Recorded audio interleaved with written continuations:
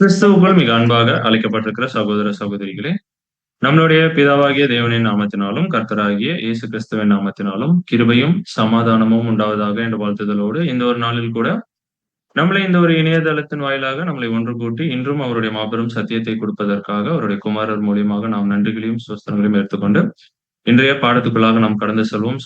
எல்லா பாடத்தையுமே நம்ம எந்த ஒரு வசனத்த ஆதாரமா வச்சு தான் ஆரம்பிப்போம் அப்படின்னா, "சத்தியத்தையும் அறிவீர்கள், சத்தியம் உங்களை விடுதலையாக்கும்" அப்படின்ற ஒரு வசனத்தோட தான் ஆரம்பிப்போம். அப்படின்ற விதத்துல போன வாரம் கூட வந்து பாத்தீங்கன்னா, போன சண்டே கூட வந்து பாத்தீங்கன்னா, ஒரு மாபெரும் ஒரு சத்தியத்த நீங்க கேட்டிருப்பீங்க. ஒரு மாபெரும் அந்த ஒரு மூட நம்பிக்கையில இருந்து கூட நம்ம என்ன பண்ணியிருப்போம்னா, வெளிய வந்திருப்போம் அப்படின்னு சொல்லிட்டு நம்ம பார்க்கிறோம். கரெக்ட்டுங்களா? என்ன ஒரு பாடம் பார்த்தோம்னா, திருத்துவம் அப்படின்ற ஒரு பாடத்த நம்ம என்ன பண்ணோம்னா, பார்த்திருப்போம் அப்படின்னு சொல்லிட்டு நம்ம பார்க்கிறோம். யாராவது அந்த ஒரு பாடத்த கேட்காம இருந்தோம் அப்படின்னா, இனி வரும் பாடங்கள் எல்லாமே அவங்களுக்கு கொஞ்சம் புரியாது அப்படின்றதையுமே தெரிவித்துக் கொள்கிறோம். அதனால அந்த திருத்துவம் அப்படின்ற பாடத்தை யாராவது இன்னும் கேட்கல அப்படின்னா, அந்த ஒரு பாடத்தை கூட பிரதர்ஸ்ட்ட அந்த ஒரு வீடியோஸ்லாம் வாங்கி கேட்டுக்கொண்டு, அதுக்கப்புறம் இனி வரும் பாடங்களை கூட கேட்குமாறு அன்போடு கேட்டுக்கொள்கிறோம். ஏன்னா, அந்த ஒரு விஷயங்கள் சில விஷயங்கள் புரியாம போயிடும் அப்படின்னு சொல்லிட்டு பார்க்கிறோம். ஸோ திருத்துவம் அப்படின்னு சொல்லும்போது கூட போன வாரம் ரொம்ப தெளிவா பிதா யாரு? குமாரன் யாரு? பரிசுத்த ஆவினா என்ன? அப்படின்ற ஒரு விஷயத்த கூட என்ன பண்ணியிருப்போம்னா, ரொம்ப தெளிவா பார்த்திருப்போம். கரெக்ட்டுங்களா? யோவான் 17:3 கூட நம்ம பார்க்கிறோம். ஒன்றான மெய் தேவனாகிய உம்மையும் அப்பன்னா ஒரே தேவன் தான் அப்படின்னு சொல்லிட்டு நம்ம பார்க்கிறோம். அது யாரு அப்படின்னா, யாவே தேவன் அப்படின்னு சொல்லிட்டு பார்க்கிறோம். இருக்கிறவராகவே இருக்கிறவர் அப்படின்னு சொல்லிட்டு நம்ம பார்க்கிறோம். அதுக்கப்புறம் அதே யோவான் 17:3ல நீர் அனுப்பினவராகிய இயேசு கிறிஸ்துவையும் அப்படின்னு அப்படின்னா அவர் தான் என்ன பண்ணியிருக்கிறார் அப்படின்னா, கிறிஸ்துவ என்ன பண்ணியிருக்கிறாருங்க இயேசு கிறிஸ்துவ வந்து அனுப்பிச்சிருக்கிறார். அவங்கள பத்தி அறிவதே நித்திய ஜீவன் அப்படின்னு சொல்லிட்டு கூட என்ன பண்றோம்னா பார்த்திருப்போம். நெறைய ஆதார வசனங்களோட போன வாரம் நம்ம பார்த்திருப்போம். அது கூட தேவனுக்கு நம்ம நன்றிகளை எடுத்துக்கொண்டு, இன்றைய பாடத்துக்குள்ளாக நம்ம என்ன பண்ணலாம்னா கடந்து செல்வோம். இன்னைக்கும் ஒரு அருமையான ஒரு பாடத்த தேவன் நம்மளுக்கு குடுக்க இருக்கிறார். பாடத்தோட தலைப்பு என்ன அப்படின்னா, சிரேஷ்ட புத்திர பாகம். இங்கிலீஷ்ல பர்த் ரைட்ஸ் அப்படின்னு சொல்லிட்டு நம்ம பார்க்கிறோம். இந்த ஒரு பாடம் எப்படி இருக்கும் அப்படின்னு சொல்லிட்டு பார்த்தோம்னா, நிழலும் பொருளும் அப்படின்ற ஒரு விஷயத்துல தான் என்ன பண்ண போறோம்னா, இந்த ஒரு பாடத்த பார்க்க போறோம். அப்படின்னா, ஆரம்பத்துல வேதாகமத்தை எப்படி முறையாக கற்றுக்கொள்வது அப்படின்னு சொல்லும்போது, ஒரு 7 மெத்தட் நம்மளுக்கு என்ன பண்ணியிருப்பாங்கன்னா, சொல்லிக் குடுத்திருப்பாங்க. அதுல ஒரு மெத்தட் தான் எது அப்படின்னு சொல்லிட்டு பார்த்தோம்னா, நிழலும் பொருளும் அப்படின்ற ஒரு மெத்தடு. அதுல நம்ம ஆல்ரெடி ஒரு பாடம் கூட பார்த்திருப்போம். ஈசாக்கின் திருமணம் அப்படின்ற ஒரு பாடம் கூட அப்படிதான் பார்த்திருப்போம். பழைய ஏற்பாட்டுல ஒரு விஷயங்கள் நடந்திருக்கும். அதுலருந்து நம்மளுக்கு என்ன ஒரு பாடம் இருக்குது அப்படின்றத தான் என்ன பண்ணியிருப்போம்னா, அங்க பார்த்திருப்போம். டைப் அண்ட் ஆன்டி டைப் அப்படின்னு சொல்லிட்டு கூட பார்த்திருப்போம். அந்த ஒரு விதத்துல தான் இன்னைக்குமே என்ன பண்ண போறோம்னா, இந்த ஒரு பாடத்தையுமே பார்க்க போறோம். பாடம் எங்கருந்து ஆரம்பிக்குது அப்படின்னு சொல்லிட்டு பார்த்தோம்னா, நம்மளுக்கு நல்லாவே தெரிஞ்ச ஆபிரகாம் இருக்கிறார்ல. அவர் தான் என்ன பண்ணாரு அப்படின்னு சொல்லிட்டு பார்த்தோம்னா, தேவன்ட்ட நல்பெயர் வாங்கி, தேவன்ட்ட இருந்து ஒரு மிகப்பெரிய ஒரு ஆசீர்வாதத்த அவர் என்ன பண்ணிக்கிட்டாருங்க, அங்க வாங்கிக்கிட்டாரு. கரெக்ட்டுங்களா? "உன் சந்ததி வானத்து நட்சத்திரங்களைப் போலவும், கடற்கரை மணலைப் போலவும் பெருகவே பெருக பண்ணுவேன்" அப்படின்னு சொல்லிட்டு மிகப்பெரிய ஒரு ஆசீர்வாதத்தை வாங்குன ஒரு ஃபேமிலில இருந்து நடந்த ஒரு விஷயத்த தான் இன்னைக்கு நம்ம என்ன பண்ண போறோம்னா, அங்க பார்க்க போறோம். அப்பன்னா ஆபிரகாம் என்ன பண்றாரு அப்படின்னு சொல்லிட்டு பார்த்தோம்னா, அவருடைய குமாரன் ஈசாக்குக்காக என்ன பண்றாரு அப்படின்னா, ஒரு பெண் பார்க்கணும் அப்படின்றதுக்காக யார அனுப்புவார் அப்படின்னா, உண்மையும் உத்தமமான ஊழியக்காரனாகிய எலியேசர் அவர் என்ன பண்ணுவாருங்க, அங்க அனுப்புவார் அப்படின்னு சொல்லிட்டு நம்ம பார்க்கிறோம். அவரும் போயிட்டு என்ன பண்ணுவாரு அப்படின்னா, ரெபெக்காள என்ன பண்ணுவாங்கன்னா கண்டுபிடிச்சு, திருப்பி இங்க கூட்டிட்டு வந்து ஈசாக்குக்கு என்ன பண்ணி வச்சுருவாங்க அப்படின்னு சொல்லிட்டு பார்த்தோம்னா, அங்க கல்யாணம் பண்ணி வைப்பாங்க அப்படின்னு சொல்லிட்டு நம்ம பார்க்கிறோம். ஸோ கல்யாணம் ஆனதுக்கு அப்புறம் வந்து பார்த்தீங்கன்னா, இவங்க 2 பேருக்கும் வந்து பார்த்தீங்கன்னா, குழந்தைகள் அங்க பிறக்குறாங்க அப்படின்னு சொல்லிட்டு நம்ம பார்க்கிறோம். அந்த குழந்தைகளோட பேர் என்ன அப்படின்னு சொல்லிட்டு பார்த்தோம்னா, ஏசா மற்றும் யாக்கோபு அப்படின்னு சொல்லிட்டு பார்க்கிறோம். 2 பேர் அங்க என்ன பண்றாங்கன்னா, அங்க பிறக்குறாங்க. இவர்கள் சகோதரர்கள் அப்படின்னு சொல்லிட்டு நம்ம பார்க்கிறோம். இப்ப ஏசா, யாக்கோப் அப்படின்ற ஒரு பேர சொன்னாவே, கிறிஸ்தவ மண்டலத்துல வந்து பார்த்தீங்கன்னா, யாக்கோபுக்கு மட்டும் என்ன பண்ணுவாங்க அப்படின்னா, கொஞ்சம் நெகட்டிவா என்ன பண்ணுவாங்க, அங்க கொஞ்சம் பேசுவாங்க. கரெக்ட்டுங்களா? ஸோ நார்மலாவே யாக்கோபு அப்படின்னு சொன்னாவே, அவருக்கு ஒரு பேர் குடுத்திருப்பாங்க. கிறிஸ்தவ மண்டலத்துல. என்ன ஒரு பேர் குடுத்திருப்பாங்க? நம்ம நேர்ல இருந்தா நல்லா இன்டராக்ட் பண்ணலாம். ஸோ நானே பதில் சொல்லிர்றேன். என்ன ஒரு பேர் குடுப்பாங்க அப்படின்னா, எத்தன் அப்படின்ற ஒரு பேர என்ன பண்ணுவாங்கன்னா, அங்க குடுப்பாங்க. கரெக்ட்டுங்களா? அப்ப எத்தன் அப்படின்னா என்னன்னா, ஏமாத்துக்காரன் அப்படின்ற ஒரு அர்த்தம் வரும். அப்பன்னா யாக்கோபுனாவே யாருங்க? ஏமாத்துறவரு அப்படின்ற மாரி கிறிஸ்தவ மண்டலத்திலே என்ன இருக்குன்னா, ஒரு நெகட்டிவான ஒரு விஷயங்கள் அங்க இருக்குது அப்படின்னு சொல்லிட்டு பார்க்கிறோம். நம்மள கூட யாராவது ஏமாத்திட்டாங்கன்னா, அவங்க மேல நம்ம பிரியம் வைப்போமா? இல்ல அன்பு செலுத்துவோமா?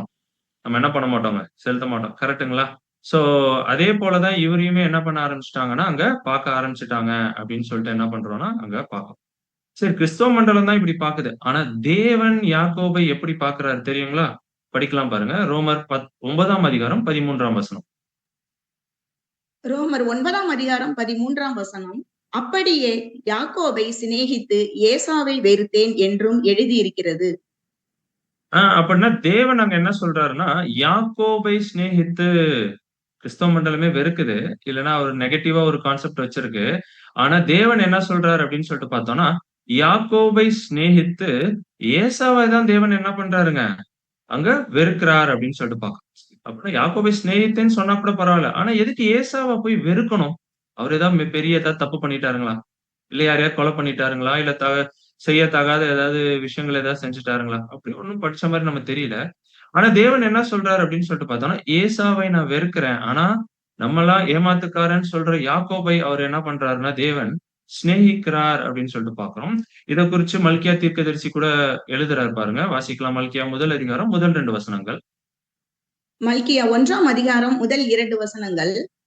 மல்கியாவை கொண்டு கர்த்தர் இஸ்ரேலுக்கு சொன்ன வார்த்தையின் பாரம். நான் உங்களை சிநேகித்தேன் என்று கர்த்தர் சொல்லுகிறார். அதற்கு நீங்கள் எங்களை எப்படி சிநேகித்தீர் என்கிறீர்கள்.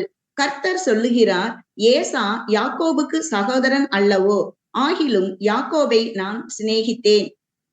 அப்ப மல்கியா தீர்க்கதரிசி கூட இங்க என்ன சொல்றாருன்னா, நான் உங்களை சிநேகித்தேன் என்று கர்த்தர் சொல்லுகிறார். அப்படின்னா தேவன் அங்க என்ன சொல்றாருங்க, உங்களை சிநேகிக்கிறேன் அப்படின்னு சொல்லும்போது, யார குறிச்சு பேசுறா? இஸ்ரவேல் ஜனங்கள குறிச்சு பேசிட்டு இருக்கிறார். அப்ப அது கூட இவங்க பதில் கேட்கறாங்க. எப்படி எங்கள சிநேகிச்சீங்க அப்படின்னு கேட்கும்போது, அது கர்த்தர் என்ன சொல்றாருன்னா, ஏ ஏசாவும் யாக்கோபும் யாருங்க? சகோதரர்கள் தான். ஆனா நான் சிநேகிச்சேன்? யாக்கோபை நான் சிநேகித்தேன். யாக்கோபை சிநேகிக்கிறதுனால நான் யார சிநேகிச்சேன்? இஸ்ரவேல் ஜனங்களையே நான் சிநேகிச்சேன்ப்பா! அப்படின்ற மாரி அங்க என்ன பண்றாருன்னா சொல்றாரு. அப்பன்னா ஏசா தான் மூத்தவரு. ஆனா அவர விட்டுட்டு இப்ப யார தான் சிநேகிக்கிறார்ன்னா, இளையவரா இருக்கிற யாக்கோப தான் அவர் என்ன பண்ணிட்டு இருக்கிறார்ன்னா, அங்க சிநேகிக்கிறார் தேவன் அப்படின்னு சொல்லிட்டு பார்க்கிறோம். இப்ப ஏசாவ குறிச்சு கூட வாசிக்கலாம் பாருங்க. அதிலேயே 3ஆம் வசனம். 3ஆம் வசனம். ஏசாவையோ நான் வெறுத்தேன். அவனுடைய மலைகளை பாழும், அவனுடைய சுதந்திரத்தை வனாந்தரத்தில் உள்ள வலு சர்ப்பங்களின் தாவும் ஆக்கினேன். அப்பன்னா இந்த இடத்துலயுமே என்ன சொல்றாருன்னா, நான் என்ன பண்றேன்? ஏசாவை வெறுக்கிறேன் அப்படின்றத திருப்பி திருப்பி என்ன பண்றாருன்னா, அங்க தேவன் சொல்றாரு அப்படின்னு அப்பன்னா ஏன் தேவன் ஏசாவ வெறுக்கணும்? அப்படி என்ன ஆச்சு? அப்படின்றத தான் என்ன பண்ண போறோம்னா, இன்னைக்கு நம்ம பார்க்க போறோம். அந்த ஒரு இன்சிடென்ட்க்குள்ளாக நம்ம கடந்து செல்வோம். பார்த்தீங்கன்னா, படிக்கலாம் பாருங்க. ஆதியாகமம் 25ஆம் அதிகாரம் 21 மற்றும் 22ஆம் வசனங்கள். மலடியாய் இருந்த தன் மனைவிக்காக ஈசாக்கு கர்த்தரை நோக்கி வேண்டுதல் செய்தான். கர்த்தர் அவன் வேண்டுதலை கேட்டருளினார். அவன் மனைவி ரெபெக்காள் கர்ப்பந்தரித்தாள். அவள் கர்ப்பத்திலே பிள்ளைகள் ஒன்றோடொன்று மோதிக்கொண்டிருந்தன. அப்பொழுது அவள், இப்படியானால் எனக்கு எப்படியோ என்று சொல்லி கர்த்தரிடத்தில் விசாரிக்கும்படி போனாள். அப்ப கல்யாணம் ஆயிடுச்சு. கல்யாணம் ஆனதுக்கு அப்புறம் நெறைய வருஷங்கள் என்ன ஆகலன்னா, அங்க குழந்தை இல்லாம இருந்திருக்கு அப்படின்னு சொல்லிட்டு நம்ம பார்க்கிறோம். சோ அப்ப மலடியா இருந்ததுனால கணவர் என்ன பண்றாருன்னா, தேவன்ட்ட அங்க பிரேயர் பண்றாரு அப்படின்னு சொல்லிட்டு பார்க்கிறோம். அதுக்கப்புறம் கர்த்தர் அவன் வேண்டுதலை கேட்டருளினார். அவன் மனைவி ரெபெக்காள் என்ன பண்ணாங்கன்னா, கர்ப்பம் தரித்தாள் அப்படின்னு சொல்லிட்டு பார்க்கிறோம். அதுக்கப்புறம் பிள்ளைகள் ஒன்றோடு ஒன்று மோதிக்கொண்டு இருந்தனர். அப்பன்னா வயித்துல என்ன ஆகுது அப்படின்னு சொல்லிட்டு பார்த்தோம்னா, ஒன்றோடு ஒன்று மோதிக்கொள்ற மாரி அங்க விஷயங்கள் நடக்குது அப்படின்னு சொல்லிட்டு பார்க்கும்போது, உடனே ரெபெக்கா என்ன ஆயிடுறாங்கன்னா, "இது எப்படி இருக்குமோ நம்மளுக்கு தெரியலையே!" அப்படின்னு சொல்லிட்டு என்ன பண்றாங்க அப்படின்னா, கர்த்தரிடத்தில் இதை விசாரிக்கும்படி அவங்க என்ன பண்றாங்க, அவங்க திருப்பி போய் பிரேயர் பண்றாங்க அப்படின்னு சொல்லிட்டு பார்க்கிறோம். அப்ப என்ன நடக்குதுன்னு வாசிக்கலாம் பாருங்க. 24ஆம் வசனம்.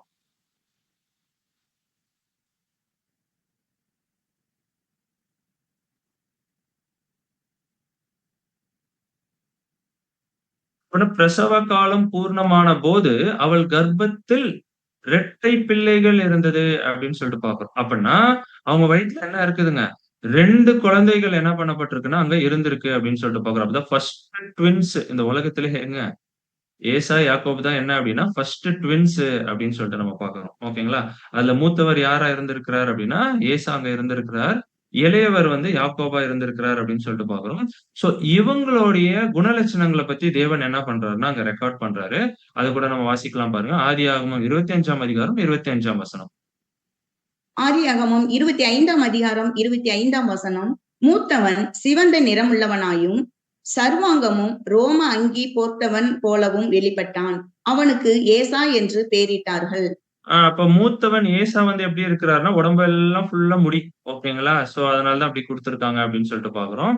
சோ அவர பத்தி இன்னும் கொஞ்சம் டீட்டெயில்ஸ் கூட நம்ம வாசிக்கலாம் பாருங்க. அதிலே 25ஆம் அதிகாரத்துல கூட 27ஆம் வசனம் வாசிக்கலாம். 27ஆம் வசனம். இந்த பிள்ளைகள் பெரியவர்கள் ஆனபோது ஏசா வேட்டையில் வல்லவனும் வனசஞ்சரியுமாய் இருந்தான். அப்ப ஏசா என்ன பண்ணியிருக்கிறார் அப்படின்னு சொல்லிட்டு பார்க்கிறோம். வளர, வளர அதுல அவருக்கு எதுல இன்ட்ரெஸ்ட் இருந்திருக்கு அப்படின்னு சொல்லிட்டு பார்த்தோம்னா, வேட்டையில் வல்லவனும் வனசஞ்சாரியுமாய் இருந்தான் அப்படின்னு சொல்லிட்டு நம்ம பார்க்கிறோம். ஓகேங்களா? அப்படின்னா ஒரு ஹண்டர். ஓகேங்களா? வனசஞ்சாரி அப்படின்னு சொல்லும்போதே, என்ன பண்ணுவாங்க அப்படின்னா, காட்டுல போயிட்டு மிருகங்கள என்ன பண்ணணுங்க, ஃபுல்லா வேட்டையாடுறது இந்த மாரி ஒரு வேலையா தான் இருக்கும். அப்படின்னா மிருகத்த தொரத்தி ஓடி போய் பிடிச்சு இந்த மாரி கொலை பண்ணி எடுத்துட்டு வர்றது, இந்த மாரி ஒரு வேலைகள் தான் யார் பண்ணியிருக்கிறா அப்படின்னா, ஏசா பண்ணியிருக்கிறாரு. அப்படின்னா அவருடைய குணலட்சணங்கள் எப்படி இருந்திருக்கலாம் அப்படின்னா, ரொம்ப கடினத்தன்மை உள்ளவரா அவர் என்ன பண்ணியிருக்கலாம் அப்படின்னா, அங்க இருந்திருக்கலாம் அப்படின்னு சொல்லிட்டு பார்க்கிறோம். அது மட்டும் இல்லாம இந்த மாரி வேட்டையாடுறவங்க வீட்ல எல்லாம் ரொம்ப நேரம்லாம் இருக்க மாட்டாங்க. மோஸ்ட்லி எங்க தான் இருப்பாங்க அப்படின்னு சொல்லிட்டு பார்த்தோம்னா, ஃபுல்லாவே காட்டுல அந்த மாரி தான் அவங்க என்ன பண்ணிட்டு இருப்பாங்கன்னா, அங்க இருப்பாங்க. அதான் வன சஞ்சாரியா இருந்தான் அப்படின்னு கூட நம்ம பார்க்கிறப்ப, வீட்ல இருக்கிற நேரமே என்னவா இருக்கும்? ரொம்ப கம்மி நேரமா தான் ஏசு அங்க இருந்திருப்பாரு அப்படின்னு சொல்லிட்டு நம்ம பார்க்கிறோம். ஆனா யாக்கோப குறிச்சு வாசிக்கலாம். அவர பத்தி தேவன் என்ன சொல்றாரு அப்படின்னா, 26ஆம் வசனம் வாசிக்கலாம். 26ஆம் வசனம். பின்பு அவன் சகோதரன் தன் கையினாலே ஏசாவின் குதிங்காலை பிடித்துக்கொண்டு வெளிப்பட்டான். அவனுக்கு யாக்கோபு என்று பெயரிட்டார்கள். இவர்களை அவள் பெற்றபோது ஈசாக்கு 60 வயதாய் இருந்தான். ஓகேங்களா. அப்ப அடுத்தது யாரு வரா வெளியில அப்படின்னு சொல்லிட்டு பார்த்தோம்னா, யாக்கோபு என்ன பண்றாருங்க, அண்ணாவுடைய குதிங்கால பிடிச்சுக்கிட்டே அங்க என்ன பண்றாருன்னா, அங்க வராரு அப்படின்னு சொல்லிட்டு நம்ம பார்க்கிறோம். சோ அவருடைய வொர்க் நேச்சர் ஏன்னா அண்ணாக்கு என்ன சொல்லிட்டாங்க, ஏசாக்கு வந்து பார்த்தீங்கன்னா, வனசஞ்சாரி, ஹண்டர் அப்படின்ற மாரி சொல்லிட்டாங்க. அப்ப யாக்கோபு என்ன வேலை பார்த்துட்டு இருந்தாரு? அவருடைய லைஃப் ஸ்டைல், அவருடைய வொர்க் நேச்சர்லாம் எப்படி இருந்தது அப்படின்னு சொல்லிட்டு பார்த்தோம்னா, வாசிக்கலாம் பாருங்க. அதிலே 27ஆம் வசனம். 27ஆம் வசனம். யாக்கோபு குணசாலியும் கூடாரவாசியுமாய் இருந்தான். அப்ப யாக்கோப பத்தி தேவன் ரெக்கார்ட் பண்ணும்போது என்ன ரெக்கார்ட் பண்றாருன்னா, யாக்கோபு குணசாலி அப்படின்ட்டார். ஆனா நம்ம கிறிஸ்தவர்கள்லாம் கூட என்னன்னு சொல்லுவோம்? அவர எத்தன், ஏமாத்துக்காரன் அப்படின்னு நம்ம சொல்லுவோம். ஆனா தேவன் என்ன ரெக்கார்ட் பண்றாரு அப்படின்னா, யாக்கோபு யாருங்க? குணசாலியும், கூடாரவாசியுமா இருந்தான். அப்படின்னா வீட்லயே அவர் இருந்திருக்கிறாரு. வீட்ல இருந்து வீட்ல தேவையான எல்லா வேலைகளும், அதாவது அப்பா, அம்மாக்கு தேவையான எல்லா வேலைகளையும் அவர் என்ன பண்ணியிருக்கிறாருன்னா, அங்க செஞ்சிருக்கிறாரு அப்படின்னு சொல்லிட்டு என்ன பண்றோம்னா, அங்க பார்க்கிறோம். அதே மாரி இந்த 2 பிள்ளைகளையுமே யாருக்கு அங்க ரொம்ப பிடிக்கும் அப்படின்னு சொல்லிட்டு, அத கூட நம்ம வாசிக்கலாம் பாருங்க. அதிலே 28ஆம் வசனம். 28ஆம் வசனம்.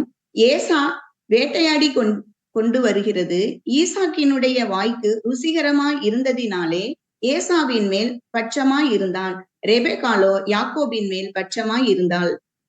அப்ப அப்பாக்கு ஈசாக்குக்கு யார ரொம்ப பிடிக்கும்னா, ஏசா மூத்த பையன என்ன பண்ணுங்க, அங்க ரொம்ப பிடிக்கும் அப்படின்னு சொல்லிட்டு பார்க்கிறோம். ஏன்னா, அவரு என்ன பண்ணுவாரு, வேட்டையாடி, மானு அது இதுன்னு எல்லாத்தையும் என்ன பண்ணுவாருங்க, அங்க எடுத்துட்டு வருவாரு அப்படின்னு சொல்லிட்டு நம்ம பார்க்கிறோம். சோ, அதனால என்ன ஆகுது அப்படின்னா, அப்பாக்கு யார பிடிக்குதுன்னா, மூத்த பையன் ஏசாவ பிடிக்குது. ரெபெக்காளுக்கு அம்மாக்கு யார பிடிக்குது அப்படின்னா, இளைய பையன் யாக்கோப என்ன பண்ணுதுன்னா அங்க பிடிக்குது. ஏன்னா வீட்லயே இருக்கிறாரு. கூட மாட என்ன பண்ணிட்டு இருக்க உதவி செஞ்சுக்கிட்டு வீட்லயே இருக்கிறாரு அப்படின்னு சொல்லிட்டு நம்ம பார்த்தோம். ஓகேங்களா? சோ இப்படிதான் அவங்களுடைய ஃபேமிலி என்ன ஆயிட்டு இருக்குன்னா, அங்க போயிட்டே இருக்கு அப்படின்னு சொல்லிட்டு பார்க்கிறோம். இப்ப இந்த சூழ்நிலையில அங்க ஒரு சம்பவம் நடக்குது. அத வாசிக்கலாம் பாருங்க. அதே ஆதியாகமம் 25ஆம் அதிகாரம் 29 மற்றும் 30ஆம் வசனம். ஒரு நாள் ஏசா வெளியிலிருந்து களைத்து வந்தபோது யாக்கோபு கூழ் சமைத்துக் கொண்டிருந்தான். அப்பொழுது ஏசா யாக்கோபை நோக்கி, அந்த சிவப்பான கூழிலே நான் சாப்பிட கொஞ்சம் தா, இளைத்திருக்கிறேன் என்றான். இதனாலே அவனுக்கு ஏதோம் என்கிற பேர் உண்டாயிற்று. அப்ப ஒரு நாள் ஏசா என்ன பண்றாருன்னா, வேட்டையாடிட்டு ரொம்ப களைப்பா என்ன பண்றாருங்க, அங்க வராரு அப்படின்னு சொல்லிட்டு பார்க்கிறோம். ரொம்ப பசியா இருக்கிறாரு. தம்பி என்ன பண்ணிட்டு இருக்கிறாரு, கூழு சமைச்சுட்டு இருக்கிறாரு அப்படின்னு சொல்லிட்டு பார்க்கிறோம். சோ உடனே இவரு என்ன பண்ணாரு, நான் ரொம்ப இளைத்து இருக்கிறேன். அதனால எனக்கு என்ன பண்ணுப்பா, கொஞ்சோண்டு கூழ் குடுப்பா அப்படின்னு சொல்லிட்டு கேட்கிறாரு. அதுக்கு உடனே தம்பி என்ன சொல்றாருன்னு வாசிக்கலாம் பாருங்க. 31ல இருந்து 33 வரை. ஆதியாகமம் 25ஆம் அதிகாரம் வசனம் 31 முதல். அப்பொழுது யாக்கோபு, உன் சேஷ்டபுத்திர பாகத்தை இன்று எனக்கு விற்று போடு என்றான். அதற்கு ஏசா, இதோ நான் சாகப் போகிறேனே, இந்த சேஷ்டபுத்திர பாகம் எனக்கு என்னத்திற்கு என்றான். அப்பொழுது யாக்கோபு, இன்று எனக்கு ஆணையிட்டு கொடு என்றான். அவன் யாக்கோபுக்கு ஆணையிட்டு தன் சேஷ்டபுத்திர பாகத்தை அவனுக்கு விற்று போட்டான்.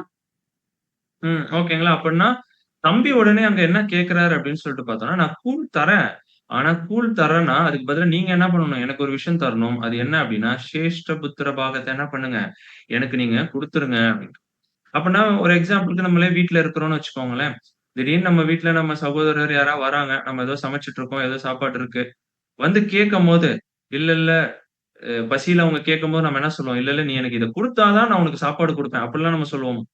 அப்படிலாம் சொல்ல மாட்டோம். கரெக்ட்டுங்களா? ஆனா யாக்கோபு அங்க என்ன பண்ணியிருக்கிறாரு அப்படின்னு சொல்லிட்டு பார்த்தோம்னா, இல்ல நீ என்னுடைய உன்னுடைய சேஷ்ட புத்திர பாகத்த நீ எனக்கு குடுத்தா தான் நான் என்ன பண்ணுவேன், உனக்கு நான் கூலியே குடுப்பேன் அப்படின்றாரு. இவரும் என்ன பண்றாரு, நானே சாகப் போறேன். இந்த சேஷ்ட புத்திர பாகத்த வச்சு நான் என்ன பண்ண போறேன்? அதனால நான் என்ன பண்ணிடுறேன், உனக்கு நான் விற்று போட்டுறேன் அப்படின்றாரு. உடனே அவர் என்ன பண்ணிடுறாருன்னா, அது ஒரு ஆணையாக அங்க குடுத்துடுறாரு. அந்த காலத்துலலாம் ஒரு வார்த்தை சொல்லிட்டாங்கன்னா அவ்வளவுதான். இப்பதான் என்ன பண்றோம், அக்ரீமெண்ட் அது இதெல்லாம் நெறைய போடுறோம். கரெக்ட்டுங்களா?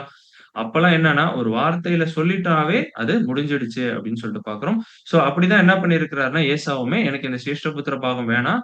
நீயே வச்சுக்கப்பா அப்படின்னு சொல்லிட்டு தம்பிட்ட அவர் என்ன பண்ணிட்டாருன்னா, அங்க குடுத்துட்டாரு அப்படின்னு சொல்லிட்டு. அப்பன்னா ஒரு விஷயம் நல்லா தெரியுது. என்னன்னா, யாக்கோபுக்கு இந்த சேஷ்டபுத்திர பாகத்து மேல ஒரு கண்ணு இருக்கு. கரெக்ட்டுங்களா? கரெக்ட்டா டைம் பார்த்து என்ன பண்ணிட்டாரு, வாங்கிட்டாரு. ஏசா வந்து பார்த்தீங்கன்னா, அதுல பெருசா ஒண்ணும் ஆர்வம் இருக்கிற மாரி தெரியல. அவர் என்ன பண்ணிட்டாரு, சாப்பாடுக்காக, பசிக்காக என்ன பண்ணிட்டாருன்னா, அத உடனே அங்க விற்று போட்டுறாரு அப்படின்னு சொல்லிட்டு பார்க்கிறோம். அப்படின்னா, சேஷ்ட புத்திர பாகம்னா ஃபர்ஸ்ட் என்னான்னு நம்ம தெரிஞ்சுக்கிட்டா தான், ஏன் இவங்க 2 பேரும் இத பத்தி பேசுனாங்க அப்படின்றத கூட நம்ம என்ன பண்ணிக்கலாம்னா தெரிஞ்சுக்கலாம். அப்படின்னா, சேஷ்ட புத்திர பாகம் அப்படின்ற அந்த ஒரு பேருக்கு என்ன அர்த்தம் அப்படின்னு சொல்லிட்டு பார்த்தோம்னா, சேஷ்ட அப்படின்ற ஒரு வார்த்தைக்கு என்ன அர்த்தம் வருது அப்படின்னா, முதல் அப்படின்ற ஒரு அர்த்தம் வருது. அடுத்தது புத்திரர் அப்படின்ற ஒரு வார்த்தைக்கு என்ன அர்த்தம்னா, மகன் இல்ல வாரிசு அப்படின்னு கூட நம்ம என்ன பண்ணலாம்னா சொல்லலாம். அடுத்தது பாகம் அப்படின்னு சொல்லிட்டு பார்த்தோம்னா, என்ன ஒரு அர்த்தம் வருது அப்படின்னா, சொத்து. ஏன்னா ஒரு வீட்லயே இருந்தா கூட என்ன பண்ணுவாங்க, சொத்தெல்லாம் பிரிச்சு குடுப்பாங்கல்ல. சோ அந்த மாரி அந்த ஒரு பாகத்த குறிச்சு அங்க அங்க பேசுறாங்க. சோ அப்பன்னா, சேஷ்டபுத்திர பாகம் அப்படின்னா, முதல் மகனுடைய ஒரு சொத்து தான் அது அப்படின்னு சொல்லிட்டு என்ன பண்றோம்னா அங்க பார்க்கிறோம். இந்த சொத்து தான் இப்ப யாரு வேணும்னு கேட்கிறா. யாக்கோபு என்ன பண்றாருன்னா, எனக்கு இந்த சொத்து எனக்கு வேணும் அப்படின்றத அவர் கேட்கிறாரு. ஏசாவும் என்ன பண்ணிடுறாரு, ஒரு வேள கூழுக்காக அங்க என்ன பண்ணிடுறாருன்னா, அங்க விற்று போட்டுறாரு அப்படின்னு சொல்லிட்டு என்ன பண்றோம்னா, அங்க நம்ம பார்க்கிறோம். அப்படின்னா, இது நியாயப்பிரமாணத்தின்படி எப்படி இது நடக்குது அப்படின்றத கூட நம்ம என்ன பண்ணலாம்னா பார்க்கலாம். ஒரு எக்ஸாம்பிளுக்கு, ஒரு வீட்ல ஒரு அப்பாவும், ஒரு 3 ஆண் பிள்ளைகளும் இருக்கிறாங்க அப்படின்னு சொல்லிட்டு பார்த்துக்கலாம். ஒரு எக்ஸாம்பிளுக்கு நம்ம வச்சுக்கலாம். ஓகேங்களா? அப்படின்னா ஒரு அப்பா 3 மகன்கள் இருக்கிறாங்க அப்படின்னும்போது, அங்க சொத்து இருக்குல்ல, அந்த சொத்த அவங்க வீட்டு சொத்த வந்து பிரிக்கிறாங்க அப்படின்னு சொல்லும்போது, எத்தினி பங்காக அங்க பிரிப்பாங்க? ஏன்னா 3 மகன்கள் இருக்கிறதுனால நார்மலா இப்பல்லாம் நம்ம என்ன பண்ணுவோம்? 3 பங்கா போட்டு என்ன பண்ணிடுவோம்? குடுத்துருவோம். கரெக்ட்டுங்களா? ஆனா நியாயப்பிரமாணம் என்ன சொல்லுது அப்படின்னு சொல்லிட்டு பார்த்தோம்னா, அப்படி 3 பங்கா போடக்கூடாது. 4 பங்கா என்ன பண்ணணும்? அங்க போடணும் அப்படின்னு சொல்லிட்டு நம்ம பார்க்கிறோம். ஓகேங்களா? அப்படின்னா எதுக்கு 4 பங்கா அங்க போடணும்? எக்ஸ்ட்ரா ஒரு பங்கு எதுக்கு? அப்படின்னு சொல்லிட்டு பார்த்தோம் அப்படின்னா, அதுல 2 பங்கு 4 பங்குல 2 பங்கு யாருக்கு அப்படின்னு சொல்லிட்டு பார்த்தோம்னா, 2 இளைய சகோதரர்கள் இருப்பாங்கல்ல. ஓகேங்களா? மூத்த சகோதரர விட்டுட்டு இளைய சகோதரர்கள் 2 பேர் இருப்பாங்கல்ல. அந்த 2 பேருக்கும் ஒவ்வொரு பங்கு அங்க என்ன பண்ண வேண்டியதா இருக்குன்னா, அங்க குடுக்க வேண்டியதா இருக்கு. அப்ப 2 பங்கு அது என்ன ஆயிடுங்க? அதுல போயிடும். இப்ப மீதி இருக்க ஒரு 2 பங்கு இருக்குங்கல்ல, அது யாருக்கு போகும் அப்படின்னா, மூத்த மகனாகிய அந்த வீட்ல யார் மூத்த மகனா இருக்கிறாங்களோ, அவங்களுக்கு தான் என்ன ஆகுங்க? இந்த 2 பங்கு அங்க போகும் அப்படின்னு சொல்லிட்டு நம்ம பார்க்கிறோம். அதான் நம்ம பார்த்தோம். சேஷ்ட அப்படின்னா முதல் அப்படின்னு சொல்றோம். அப்புறம் முதல் மகனுக்கு 2 பங்கும், இளைய சகோதரர்கள் யாராவது இருந்தாங்கன்னா, ஒவ்வொருத்தருக்கும் ஒரு ஒரு பங்கு அங்க என்ன பண்ணிடுவாங்கன்னா, அங்க குடுத்துருவாங்க. இதுதான் நியாயப்பிரமாணத்தின்படி சட்டம் அப்படின்னு சொல்லிட்டு நம்ம பார்ப்போம். ஓகேங்களா? இப்ப இந்த 2 பங்கு மேல தான் இப்ப யாருக்கு ஆசை? யாக்கோபுக்கு அங்க என்னன்னா, அங்க ஆசை இருக்கு அப்படின்னு சொல்லிட்டு பார்க்கிறோம். அதே மாரி இந்த 2 பங்கு மூத்த மகனுக்கு குடுக்குறாங்க அப்படின்னு சொல்லும்போது, அத வச்சு அவங்க மூத்த மகன் என்ன பண்ணுவாங்க அப்படின்னு சொல்லிட்டு பார்த்தோம்னா, ஒரு பங்கு அவங்களுக்காக வச்சுக்குவாங்க. ஓகேங்களா? ஒரு பங்கு அவங்களுக்காக வச்சுக்குவாங்க. இன்னொரு பங்கு யாருக்கு அப்படின்னு சொல்லிட்டு பார்த்தோம்னா, அவங்களுடைய அப்பா, அம்மாவ கடைசி காலத்துல பார்த்துக்கிறதுக்காக, அந்த இன்னொரு பங்க அங்க என்ன பண்றாங்கன்னா, மூத்த பையன்ட்ட குடுத்துருவாங்க அப்படின்னு சொல்லிட்டு பார்க்கிறோம். அப்பன்னா அவங்களுடைய பேரன்ட்ஸ் அவங்க அப்பா, அம்மா வயசான காலத்துல யார தான் பார்த்துக்கணும்? ஆமா. அந்த வீட்ல இருக்க மூத்த பையன் தான் பார்த்துக்கணும் அப்படின்றதுக்காக 2 பங்காக மூத்த பையனுக்கு அங்க குடுப்பாங்க அப்படின்னு சொல்லிட்டு பார்க்கிறோம். சோ இப்ப இந்த 2 பங்க தான் யார் கேட்கிறா? யாக்கோபு வந்து அங்க என்ன பண்றாருன்னா, கேட்டு வாங்கிக்கிறாரு ஏசாட்ட அப்படின்னு சொல்லிட்டு நம்ம பார்க்கிறோம். ஏன்னா அப்படின்னா இப்ப என்ன அர்த்தம் நம்மளுக்கு புரியுது. யாக்கோபுக்கு அவங்க அப்பா, அம்மாவ கடைசி காலத்துல பார்த்துக்கணும்னு சொல்லிட்டு அவருக்கு ரொம்ப ஆசையா இருக்கு அப்படின்னு சொல்லிட்டு பார்க்கிறோம். ஆனா ஏசா என்ன பண்ணிட்டாருங்க, ஆமா. ஒரு வேள கூலுக்காக அத என்ன பண்ணிட்டாருன்னா, அங்க விற்று போட்டுட்டார் அப்படின்னு சொல்லிட்டு கூட என்ன பண்றோம்னா அங்க பார்க்கலாம்.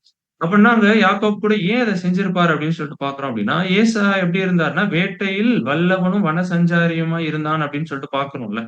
அப்பன்னா அவரு வீட்டுக்கு வர டைமே என்னங்க, ரொம்ப கம்மியா தான் இருக்கும். அவர் பாட்டு வேட்டையாடிக்கிட்டு அப்படியே காட்டிலேயே சுத்திக்கிட்டு இப்படியே இருந்துட்டு இருப்பாரு. கரெக்ட்டுங்களா? அப்ப அவரால என்ன பண்ண முடியாது? அப்பா, அம்மாவ பார்த்துக்க முடியாது. ஆனா இவரு எப்படி இருக்கிறாருங்க? கூடார வாசியுமா இருந்தான் அப்படின்னு சொல்றப்ப, வீட்லயே இருக்கிறதுனால இவரு என்ன ஆசைப்படுறாரு அப்படின்னா, நானே எங்க அப்பா, அம்மாவ என்ன பண்ணிக்கிறேன், கடைசி காலத்துல நாங்க பார்த்துக்கிறேன் அப்படின்ற ஒரு எண்ணத்துக்காக தான் யாக்கோபு அங்க என்ன பண்ணியிருக்கிறார்ன்னா, அந்த சேஷ்ட புத்திர பாகம் 2 பங்க எனக்கு என்ன பண்ணுப்பா, எனக்கு அங்க குடுத்துரு அப்படின்றது ஏசாட்ட கேட்டு அங்க வாங்கியிருக்கிறார் அப்படின்னு சொல்லிட்டு நம்ம பார்க்கிறோம். இது நியாயப்பிரமாணத்துல கூட இருக்கு. கரெக்ட்டுங்களா? "உன் தகப்பனையும், உன் தாயையும் கனம் பண்ணுவாயாக" அப்படின்றது இருக்கு. இதுக்கப்புறம் தான் வந்தது. ஆனா முன்னாடியே யாருக்கு பண்ணி காமிச்சுட்டா? யாக்கோபு அங்க செஞ்சு காமிச்சிருக்கிறார் அப்படின்னு சொல்லிட்டு பார்க்கிறோம். இயேசு கிறிஸ்து கூட வந்து பார்த்தீங்கன்னா, சிலுவையில கடைசியில மரிக்கிற தருவாயில கூட என்ன பண்ணாருங்க? "இதோ உன் தாய்" அப்படின்ட்டு யோவான்ட்ட சொல்லுவாரு. அவங்க அம்மாட்ட மரியாள்ட்ட என்ன "இதோ உன் மகன்" அப்படின்னு சொல்லிட்டு அங்க பிடிச்சு குடுப்பாரு. அப்படின்னா, இவரோட மரணத்துக்கு அப்புறம் அவங்க அம்மாவ கூட அவர் என்ன பண்ணலங்க, தனியா விடல. யோவான் அப்போஸ்தலர்ட்ட அங்க என்ன பண்றாருன்னா, விட்டுட்டு போறார் அப்படின்னு சொல்லிட்டு பார்க்கிறோம். இது நியாயப்பிரமாண கட்டளையாகவே அங்க இருந்திருக்கு அப்படின்னு சொல்லிட்டு பார்க்கிறோம். நியாயப்பிரமாணம் வரதுக்கு முன்னாடியே யார் பண்ணியிருக்கிறா இத? யாக்கோபு அங்க செஞ்சிருக்கிறார் அப்படின்னு சொல்லிட்டு நம்ம பார்க்கிறோம். அத கூட நம்ம வசனத்துல வாசிச்சிடலாம் பாருங்க. உபாகமம் 21ஆம் அதிகாரம் 15 மற்றும் 16ஆம் வசனம். உபாகமம் 21ஆம் அதிகாரம் வசனம் 15 மற்றும் 16. 2 மனைவிகளை உடைய ஒருவன் ஒருத்தியின் மேல் விருப்பமாயும் மற்றவள் மேல் வெறுப்பாயும் இருக்க, இருவரும் அவனுக்கு பிள்ளைகளை பெற்றார்களே ஆகில், முதற் பிறந்தவன் வெறுக்கப்பட்டவளின் புத்திரனான் புத்திரன் ஆனாலும், தகப்பன் தனக்கு உண்டான ஆஸ்தியை தன் பிள்ளைகளுக்கு பங்கிடும் நாளில், வெறுக்கப்பட்டவளிடத்தில் பிறந்த முதற் பேரானவனுக்கு சேஷ்டபுத்திர சுதந்திரத்தை கொடுக்க வேண்டுமே அல்லாமல், விருப்பப்பட்டவளிடத்தில் பிறந்தவனுக்கு கொடுக்கலாகாது. அப்படின்னா நியாயப்பிரமாணம் ரொம்ப அழகா சொல்லுது. அந்த காலத்துல வந்து பாத்தீங்கன்னா, எல்லாரும் ஒரு மனைவியோட இருக்க மாட்டாங்க. நெறைய கல்யாணம் பண்ணிக்குவாங்க. கரெக்ட்டுங்களா? சோ அப்படின்னா என்ன அப்படின்னு சொல்லிட்டு பார்த்தோம்னா, ஒருத்தரு ஃபர்ஸ்ட் ஒரு கல்யாணம் ஆகி, அந்த மனைவியிடம் அவங்க என்ன பண்ணியிருக்காங்கன்னா, ஒரு குழந்தை பெற்று எடுத்திருக்கிறாங்க அப்படின்னு சொல்லும்போது, கொஞ்சம் காலம் கழிச்சு இல்ல அந்த மனைவி வேணான்னு தள்ளி விட்டுட்டு, இன்னொரு மனைவி அவங்க இன்னொரு ஸ்திரீ அவங்க கல்யாணம் பண்ணிக்கிறாங்க அப்படின்னு சொல்லும்போது, 2ஆம் ஸ்திரீயிடமும் என்ன ஆகுங்க, 2ஆம் மனைவிட்டயும் நெறைய பிள்ளைகள்லாம் அங்க பிறப்பாங்க. அப்படி இருந்தால் கூட, நம்ம என்ன பண்ணக்கூடாது நீங்க, முதல்ல மனைவிய நீங்க என்ன பண்ணிட்டீங்க, வேணான்ட்டு தள்ளி விட்டுட்டீங்கல்ல, அந்த மனைவியிடம் பிறந்த மகனுக்கு தான் என்ன குடுக்கணும் அப்டின்னா, சேஷ்ட புத்திர பாகத்தை என்ன பண்ணணும் அங்க குடுக்கணும். உங்களுக்கு பிடிக்குதோ, பிடிக்கலையோ, உங்களுடைய முதல் மனைவியோடைய மூத்த மகனுக்கு தான் என்ன பண்ணணும் அப்டின்னா, சேஷ்ட புத்திர பாகத்த அங்க நீங்க குடுக்கணும் அப்டின்னு சொல்ட்டு, அங்க நியாயப்பிரமாணம் கட்டளை அங்க சொல்லுது. இது ரொம்ப, ரொம்ப ஒரு முக்கியமான விஷயமாக தேவனுடைய பார்வையில அங்க இருந்திருக்கு அப்டின்னு சொல்ட்டு பார்க்கிறோம். அதனால தான் தேவன் இங்க என்ன பண்ணியிருக்கிறார்ன்னா, அங்க ரெக்கார்ட் பண்ணியிருக்கிறார் அப்டின்னு சொல்ட்டு பார்க்கிறோம். அதிலேயே 17ஆம் வசனம் தொடர்ந்து வாசிக்கலாம் பாருங்க. 17ஆம் வசனம். வெறுக்கப்பட்டவளிடத்தில் பிறந்தவனை சேஷ்டபுத்திரனாக அங்கீகரித்து, தனக்கு உண்டான ஆஸ்திகளில் எல்லாம் 2 பங்கை அவனுக்கு கொடுக்க வேண்டும். அவன் தன் தகப்பனுடைய முதற் பலன். சேஷ்ட சுதந்திரம் அவனுக்கே உரியது. அப்பன்னா என்னன்னா, சேஷ்ட புத்திரம் அப்டின்னாவே 2 பங்கு. அந்த 2 பங்க யார்ட்ட குடுக்கணும் அப்டின்னா, பிடிக்காத மனைவியா இருந்தா கூட, அவங்களுடைய மூத்த மகனுக்கு என்ன பண்ணிறணும்னா, அங்க குடுத்துறணும் அப்டின்றத அங்க பார்க்கிறோம். ஓகேங்களா? அப்புட்ன்னா நம்ம இன்சிடென்ட்ல நம்ம கதையில வந்து பார்த்தோம்னா, யாருக்கு இது போகணும் அப்டின்னு சொல்லிட்டு பார்த்தோம்னா, ஏசாக்கு தான் என்ன இருக்குங்க, உரிமை இருக்கு. அவர் தான் மூத்த பையன். அவருக்கு தான் என்ன போகணும்னா, இந்த சேஷ்ட புத்திர பாகம் போகணும். 2 பங்கு போகணும். ஆனா, அத தான் இப்ப யாரு வாங்கிடுறா அப்டின்னா, யாக்கோபு என்ன பண்ணிடுறாருங்க, அங்க ஏசாட்ட பேசி அங்க வாங்கிடுறாரு அப்டின்னு சொல்லிட்டு பார்க்கிறோம். சோ ஏன் அத வாங்குனாரு அப்டின்னு சொல்லிட்டு பார்த்தோம்னா, பெற்றோர்களை இவர் பார்த்துக்கணும் அப்டின்றதுக்காக ஆசைப்பட்டு அங்க என்ன பண்ணிக்கிறாருன்னா, அங்க வாங்கிக்கிறார் அப்டின்னு சொல்லிட்டு பார்க்கிறோம். இதனால தான் வந்து பார்த்தீங்கன்னா, தேவன் அங்க என்ன சொன்னாருங்க, யாக்கோபை சிநேகித்து ஏசாவை வெறுத்தேன் அப்டின்றார்ல. அப்புட்ன்னா, ஏன் யாக்கோப சிநேகித்தார் அப்டின்னு சொல்லிட்டு பார்த்தோம்னா, இவர் வந்து அவங்க பேரன்ட்ஸ் அவங்க அப்பா, அம்மாவ என்ன பண்ணணும்? அங்க பார்த்துக்கணும்னு இவர் ஒரு ஆசைப்படுறார்ல. அதனால தான் தேவன் அங்க என்ன சொல்றாருன்னா, நான் சிநேகித்தேன் அப்டின்றார். ஆனா ஏசா என்ன பண்ணியிருக்கிறார் அப்படின்னா, அதிலேயே ஆதியாகமம் 25ஆம் அதிகாரம் 34ஆம் வசனம் வாசிக்கலாம் பாருங்க. ஆதியாகமம் 25ஆம் அதிகாரம் 34ஆம் வசனம். அப்பொழுது யாக்கோபு ஏசாவுக்கு அப்பத்தையும் பயற்றங்குழையும் கொடுத்தான். அவன் புசித்து குடித்து எழுந்திருந்து போய்விட்டான். இப்படி ஏசா தன் சேஷ்டபுத்திர பாகத்தை அலட்சியம் பண்ணினான். அப்பன்னா இவர் ஏசா எப்படி இருந்திருக்கிறாருங்க? சேஷ்டபுத்திர பாகத்த ரொம்ப அலட்சியம் பண்ணிருக்காரு. ரொம்ப கேர்லெஸ்ஸா தான் என்ன பண்ணியிருக்காருன்னா, டீல் பண்ணியிருக்காரு அப்படின்னு சொல்லிட்டு பார்க்கிறோம். வந்தாரு, சாப்பாடு கிடைச்சது, சாப்பிட்டாரு. அவர் பாட்டு என்ன பண்ணிட்டாருங்க, எந்திச்சு போயிட்டாரு. இதனால தான் தேவன் அங்க என்ன சொல்றாரு அப்படின்னு சொல்லிட்டு பார்த்தோம்னா, ஏசாவ என்ன பண்றேன் நான்? வெறுத்தேன் அப்படின்றாரு. எபிரேயர் ஆசிரியர் கூட அத குறிச்சு எழுதுறாரு. வாசிக்கலாம் பாருங்க. 12ஆம் அதிகாரம் 16ஆம் வசனம். எபிரேயர் 12ஆம் அதிகாரம் 16ஆம் வசனம். ஒருவனும் தேசிக்கல்லனாகவும் ஒருவேளை போஜனத்துக்காக தன் சேஷ்டபுத்திர பாகத்தை விற்று போட்ட ஏசாவை போல சீர்கெட்டவனாகவும் இராதபடிக்கும் எச்சரிக்கையாய் இருங்கள். அப்பன்னா நம்மளுக்கு ஒரு எச்சரிக்கையா கூட அங்க என்ன பண்றாருன்னா, அங்க சொல்றாரு அப்படின்னு சொல்லுவான். ஒருத்தரும் எப்படி இருந்துராதீங்க. ஏசாவ போல அங்க இருந்துராதீங்க. ஒருவேளை சாப்பாட்டுக்காக அவருடைய உரிமையே அவங்க என்ன பண்ணிட்டாங்கன்னா, விட்டு குடுத்துட்டாங்க அப்படின்னு சொல்லிட்டு பார்க்கிறோம். சோ அதனால என்ன பண்ண வேணாம்னா, ஏசாவ போல இருந்துராதீங்கன்னு ஒரு எச்சரிக்கையாவே அங்க சொல்றாரு. அப்பன்னா இப்ப இந்த சேஷ்டபுத்திர பாகத்த யாரு வாங்கிட்டா அப்படின்னா, யாக்கோபு வாங்கிட்டாரு. அப்படின்னா அந்த வீட்ல மூத்த பையன் யாருங்க? யாக்கோபு தான் மூத்த பையன். ஏன்னா, அந்த சேஷ்டபுத்திர பாகம் என்ன ஆயிடுச்சு அப்படின்னா, இவருக்கு டிரான்ஸ்பர் ஆயிடுச்சு அப்படின்னு சொல்லிட்டு அதுக்கப்புறம் என்ன ஆகுது அப்படின்னா, ரொம்ப நாட்கள், ரொம்ப வருஷங்கள் கழிச்சு, ஏறக்குறைய ஈசாக்குடைய கடைசி காலத்துல இந்த ஒரு விஷயம் திருப்பி தொடர்ந்து நடக்குது பாருங்க. வாசிக்கலாம்.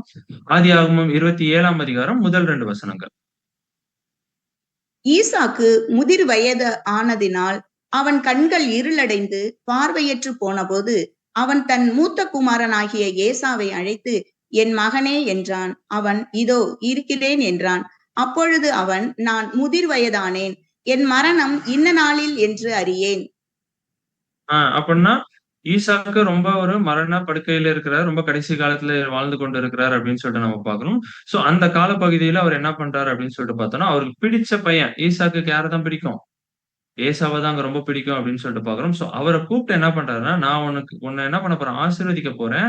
அதனால நீ எனக்கு சில விஷயங்கள நீ அங்க செய்யணும் அப்படின்னு சொல்லிட்டு கேட்கிறாரு. பழைய ஏற்பாட்டுல நெறைய பேர் அந்த முற்பிதாக்கள் எல்லாருமே செஞ்ச விஷயங்கள் தான். கரெக்ட்டுங்களா? சோ அவங்களுடைய கடைசி காலத்துல என்ன பண்ணுவாங்கன்னா, அவங்களுடைய பிள்ளைகள கூப்ட்டு சில ஆசீர்வாதங்கள குடுத்துட்டு, அதுக்கப்புறம் அவங்க இறந்து போவாங்க அப்படின்னு சொல்லிட்டு பார்க்கிறோம்.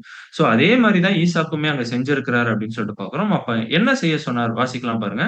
3ஆம் வசனம் மற்றும் 4ஆம் வசனம்.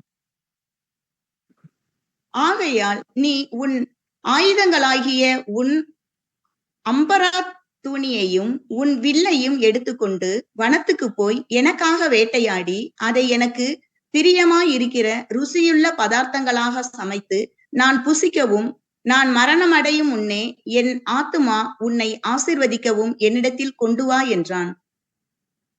ஓகேங்களா. அப்பன்னா ஈசாக்கு என்ன பண்றாரு? மூத்த பையன் ஏசாவ கூப்பிட்டு என்ன சொல்றாரு அப்படின்னா, என்ன பண்ணுங்க, எனக்காக எனக்கு பிடிச்ச மாரி என்ன பண்ணுப்பா, போயி சமைச்சு எடுத்துட்டு வா. நீ போய் என்ன பண்ணு, வேட்டையாடு. வேட்டையாடி என்ன கிடைக்குதோ அத நீ எனக்கு என்ன பண்ணு, சமைச்சு எடுத்துட்டு வா அப்படின்றத என்ன பண்றாருன்னா, அங்க சொல்லி அனுப்புறாரு. நீ எடுத்துட்டு வந்தோனே நான் உன்ன என்ன பண்றேன்னா, சாப்பிட்டுட்டு நான் உன்ன ஆசீர்வதிக்கிறேன் அப்படின்னு சொல்லிட்டு அங்க என்ன பண்றாருன்னா, அங்க சொல்றாரு அப்படின்னு சொல்லிட்டு பார்க்கிறோம்.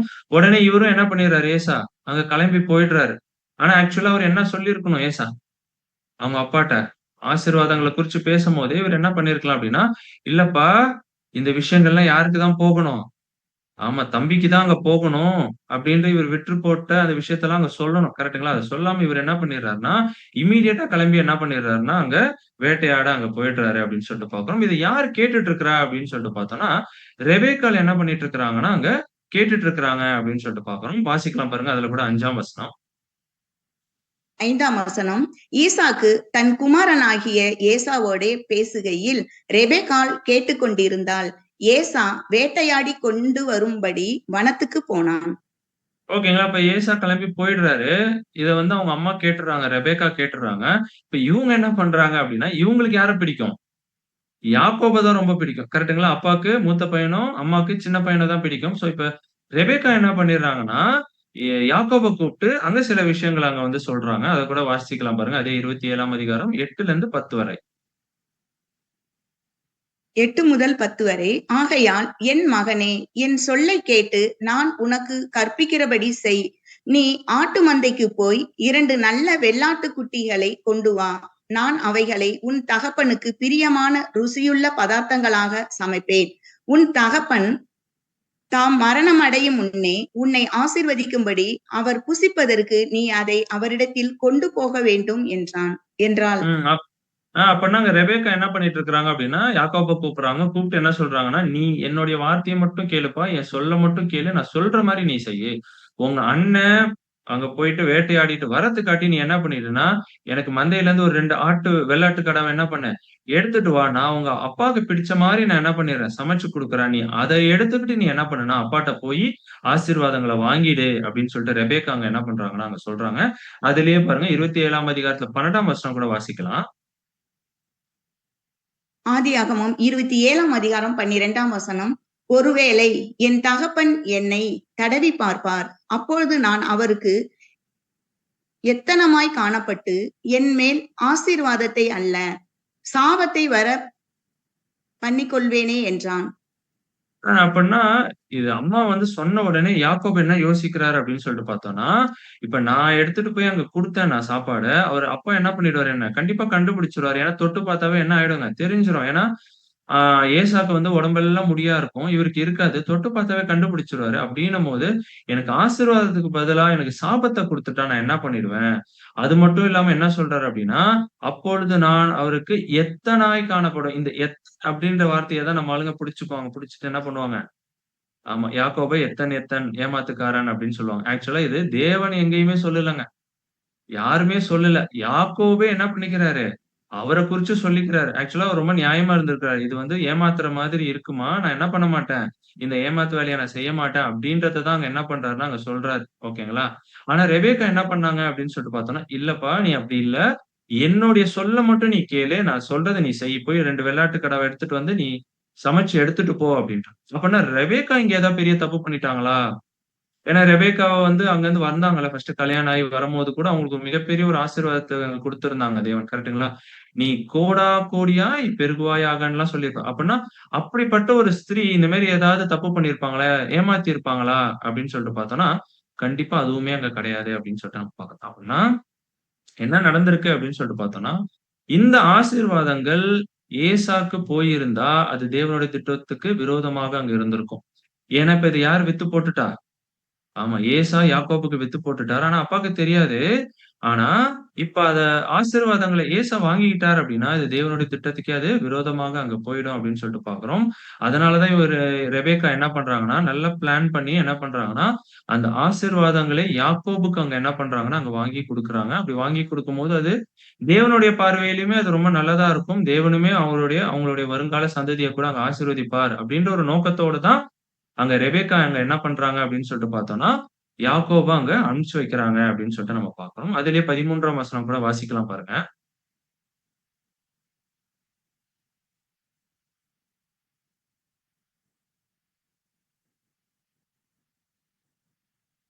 சிஸ்டர் மியூட்ல இருக்கீங்களா?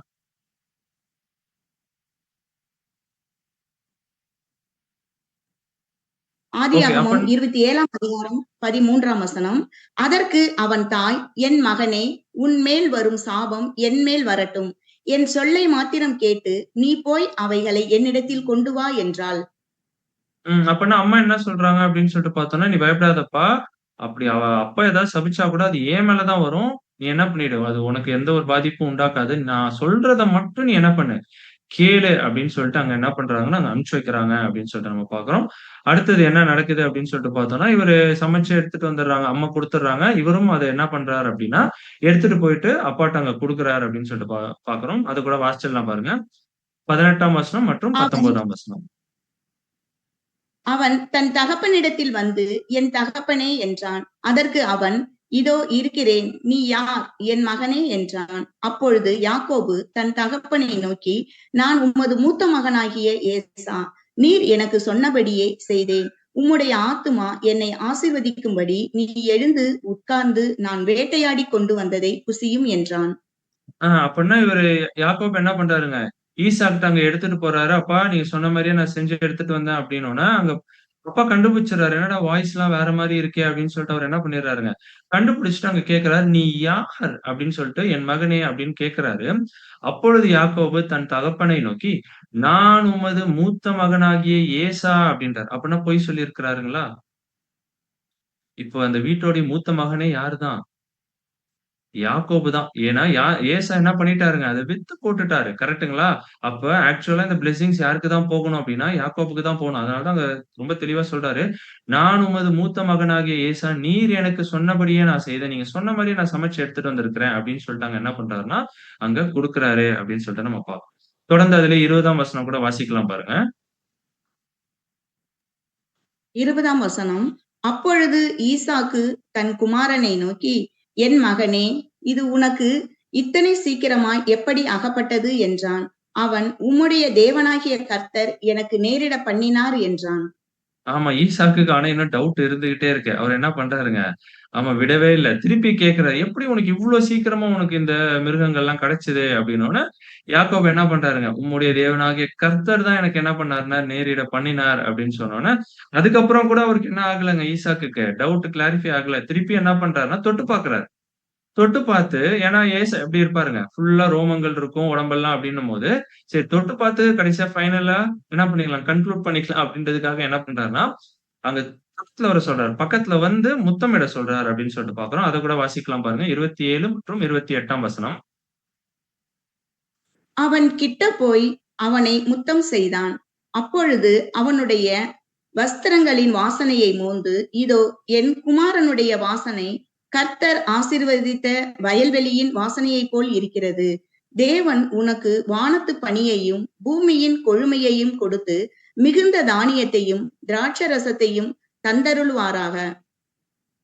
அப்பன்னா அப்பா என்ன பண்ண சொல்றாருன்னா, பக்கத்துல வர சொல்றாரு. பக்கத்துல போனோனே இவரு என்ன பண்றாருங்க, தொட்டு பார்க்குறாரு. தொட்டு பார்த்துட்டு அப்பதான் அவரு என்ன பண்றாருன்னா, ஒரு விஷயத்த கன்க்ளூட் பண்றாரு. என்ன ஓகே அப்படின்னு சொல்லிட்டு, "என் குமாரனுடைய வாசனை கர்த்தர் ஆசீர்வதித்த வயல்வெளியின் வாசனையைப் போல அங்க இருக்குது." அப்படின்னு சொல்லிட்டு, அதுக்கப்புறம் அங்க என்ன பண்றாருன்னா, யாக்கோபுக்கு என்ன பண்றாருன்னா, அந்த ஆசீர்வாதங்கள அங்க குடுக்குறாரு. ஏசான்னு நெனச்சுக்கிட்டு அங்க என்ன என்ன பண்ணிட்டாருங்க, அந்த ஆசீர்வாதங்கள அங்க குடுக்குறாரு. அப்ப என்னென்ன ஆசீர்வாதங்கள் அங்க குடுத்தாரு அப்படின்னு சொல்லிட்டு பார்த்தோம்னா, தேவன் உனக்கு வானத்து பனியையும், பூமியின் கொழுமையையும் கொடுத்து, மிகுந்த தானியத்தையும், திராட்சரசத்தையும் தந்து அருளுவாங்க. அப்பன்னா வானத்துக்குரிய ஆசீர்வாதங்களையும், பூமிக்குரிய விஷயங்களையுமே அங்க என்ன பண்றாருன்னா, அங்க குடுக்குறாரு அப்படின்னு சொல்லிட்டு பார்க்கிறோம். யாருக்கு? யாக்கோபுக்கு அங்க குடுத்தாரு.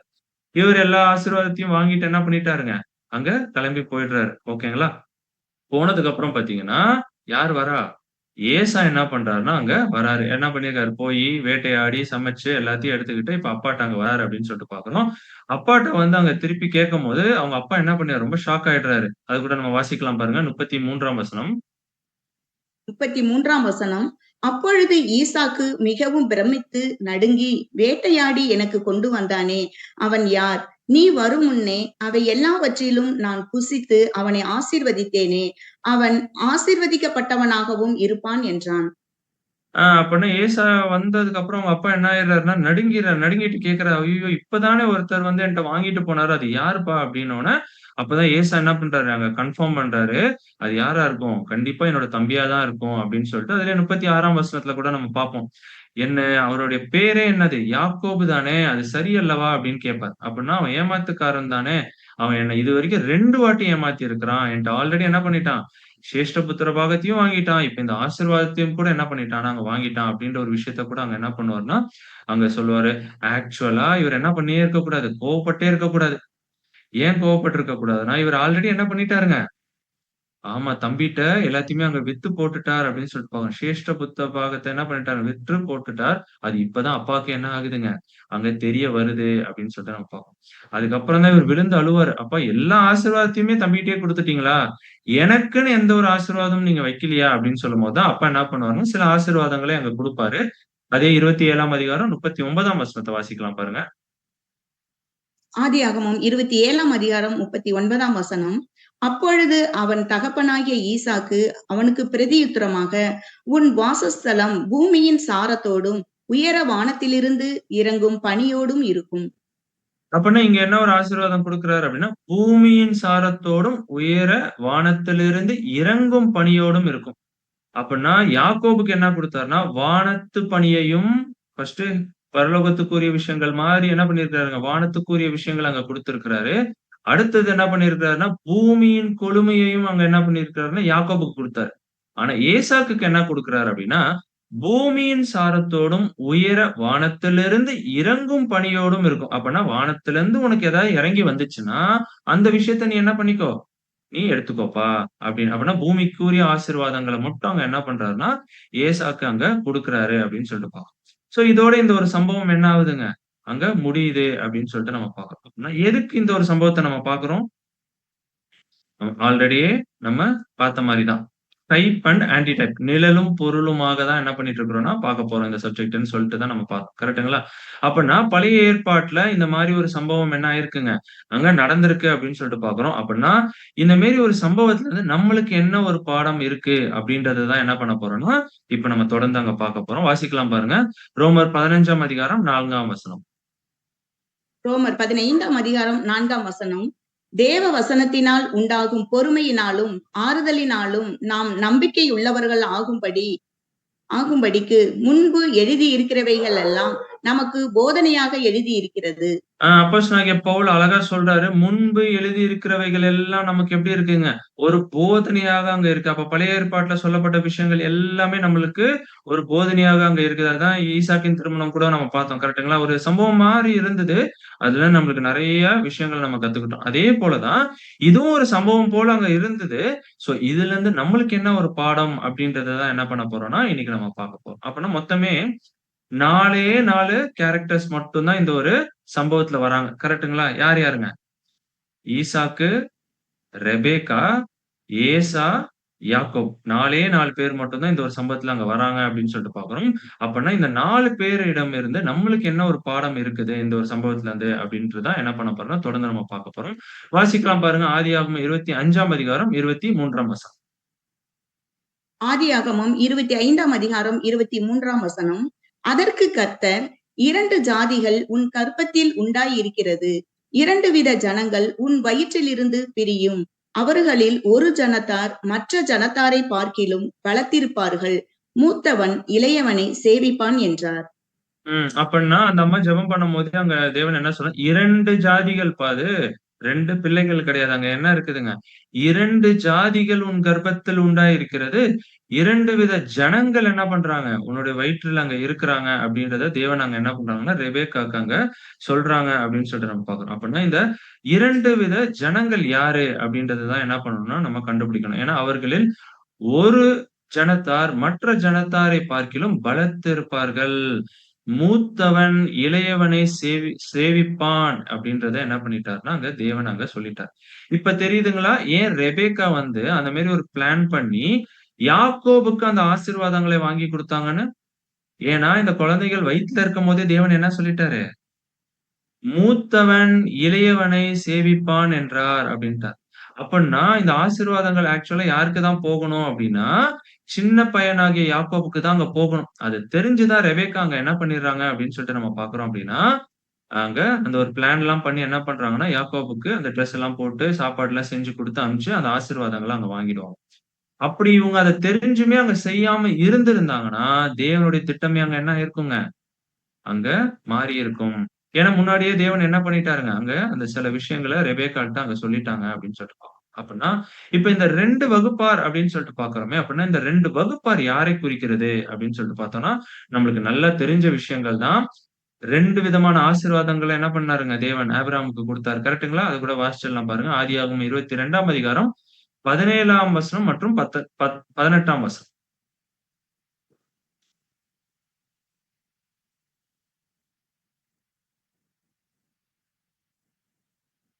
சிஸ்டர் மியூட்ல வாசிக்கிறீங்களா?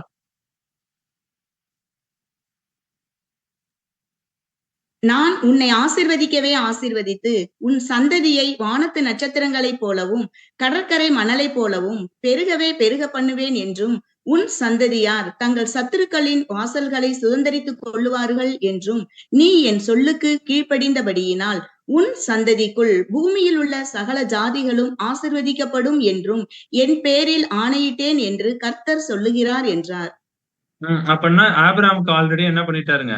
2 விதமான ஆசீர்வாதங்கள அங்க ஆல்ரெடி குடுத்துட்டாரு. கரெக்ட்டுங்களா? ஒண்ணு வானத்து நட்சத்திரங்களைப் போலவும், இன்னொன்னு என்னன்னா கடற்கரை மணலைப் போலவும் அப்படின்னு சொல்லிட்டு 2 விதமான ஆசீர்வாதங்கள குடுத்துட்டார். இது நம்ம 2ஆம் உலகம் அப்படின்ற ஒரு சப்ஜெக்ட்ல நம்ம பார்த்திருப்போம். கரெக்ட்டுங்களா?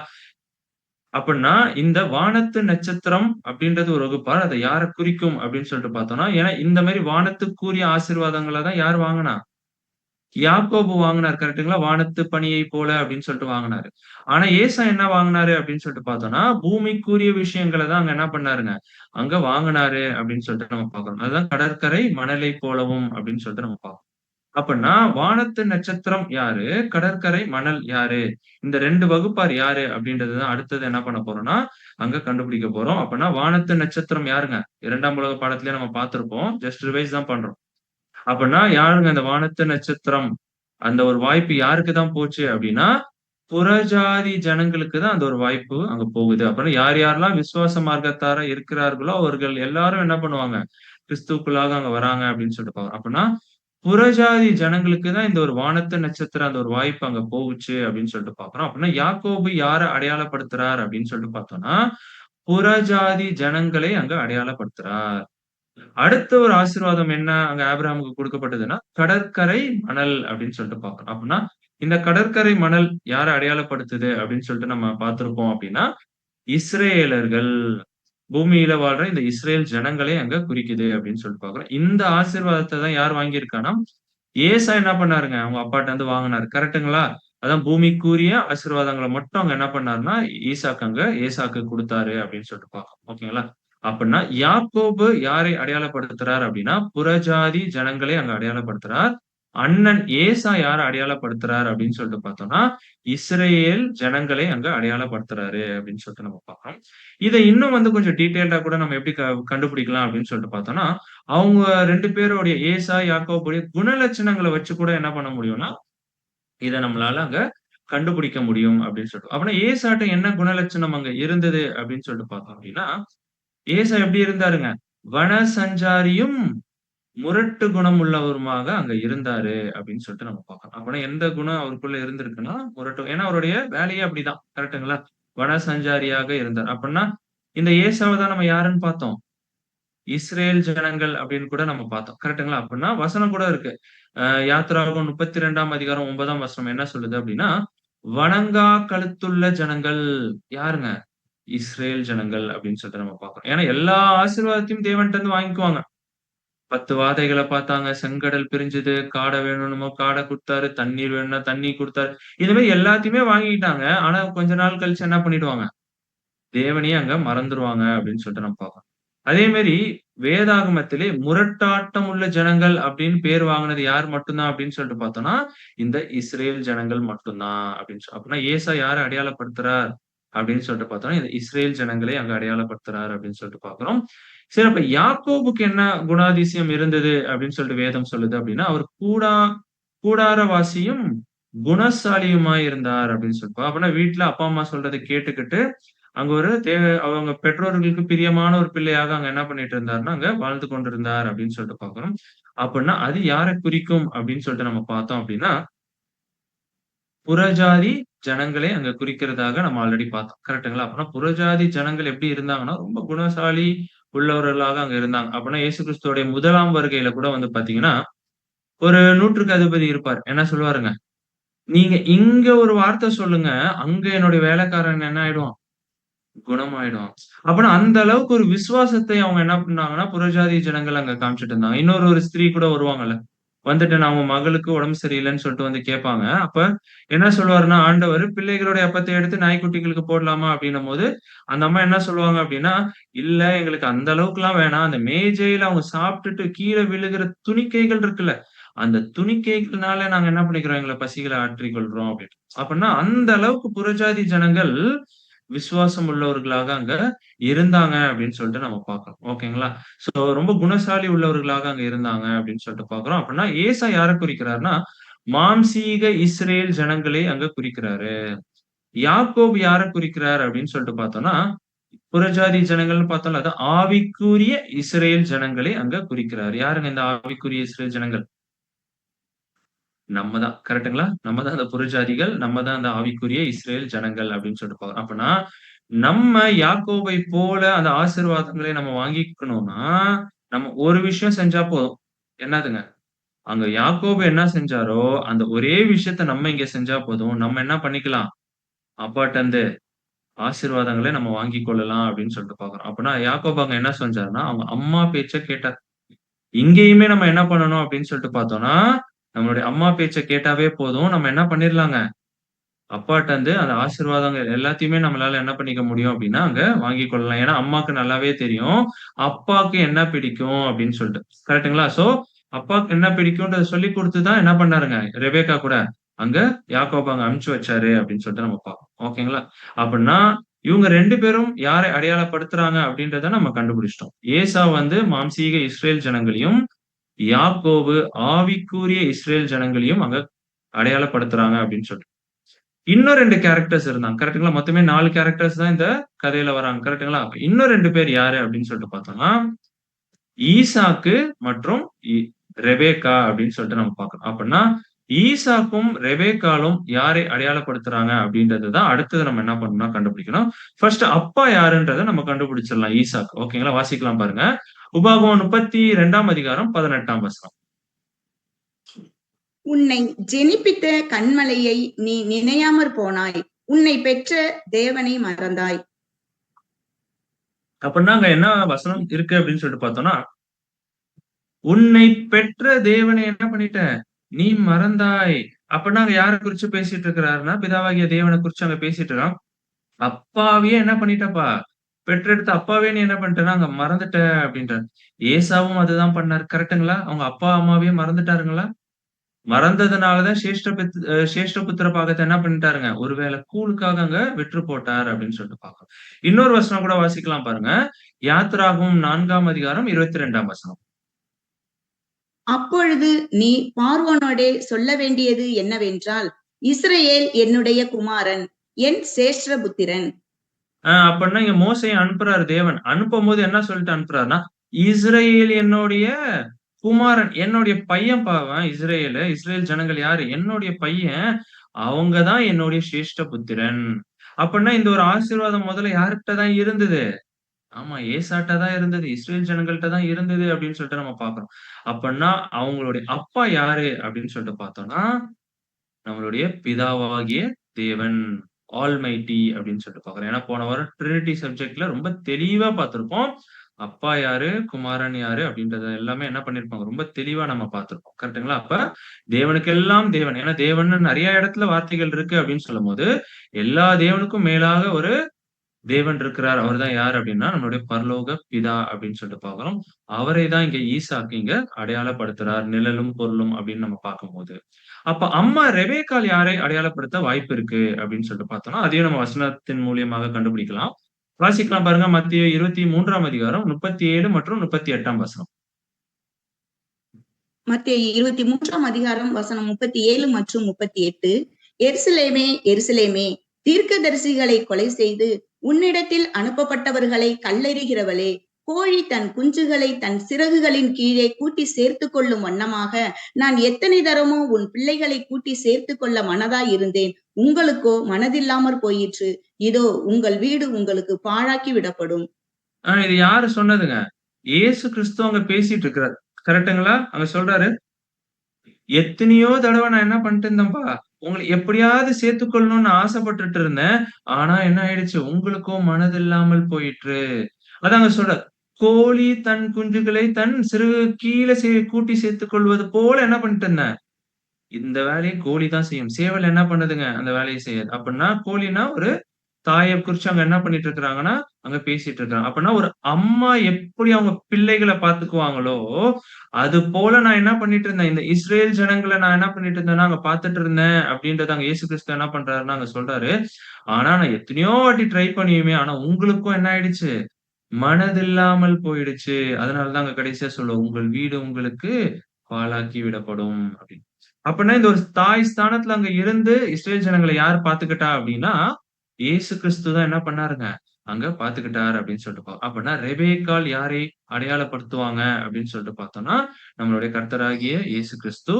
ஈசாக்கு யாரை அடையாளப்படுத்துவார்ன்னா, நம்மளோட ஒன்றான மெய் தேவனாகிய பிதாவாகிய தேவனை அங்க அடையாளப்படுத்துறாரு அப்படின்னு சொல்லிட்டு அப்படின்னா, நீங்க என்ன பண்ணலாம்னா, உங்களுக்கு சில குழப்பங்கள் கூட வரலாம். என்னன்னா, போன பாடத்துல இயேசு கிறிஸ்துவ நம்ம என்னன்னு சொல்லியிருப்போம்?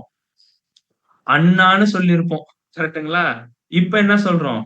அம்மான்னு சொல்றோம். கரெக்ட்டுங்களா? அப்பன்னா, அவருக்கு நெறைய ரோல்ஸ் இருக்கு.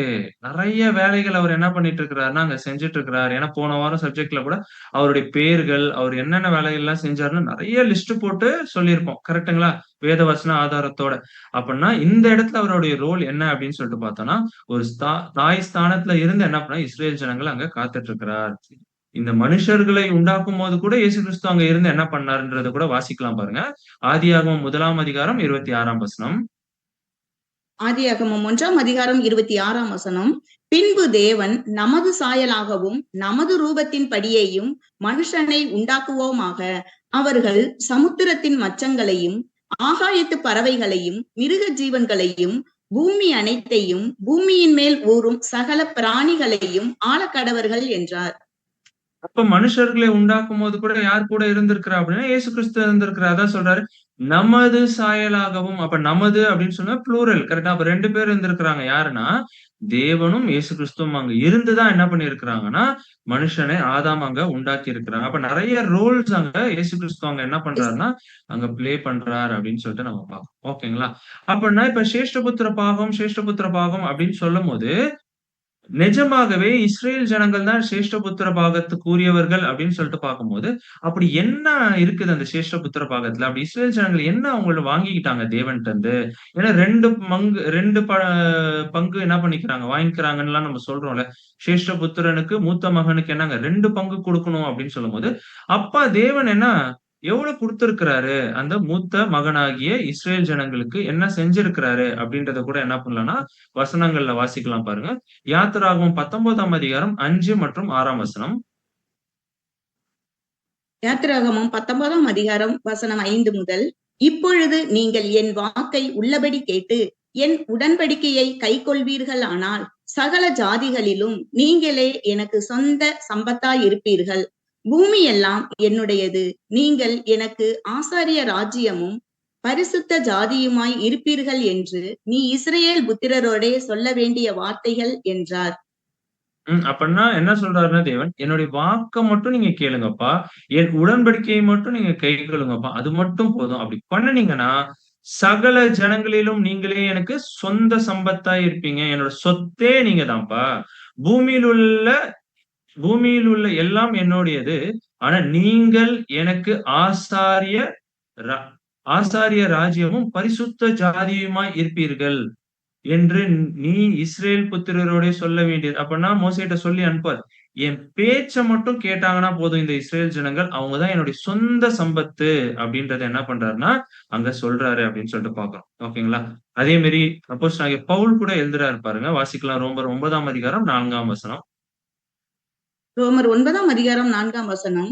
அவர்கள் இஸ்ரவேலரே, புத்திர சுவிகாரமும் மகிமையும் உடன்படிக்கைகளும் நியாயப்பிரமாணமும் தேவ ஆராதனையும் வாக்குத்தத்தங்களும் அவர்களுடையவைகளே.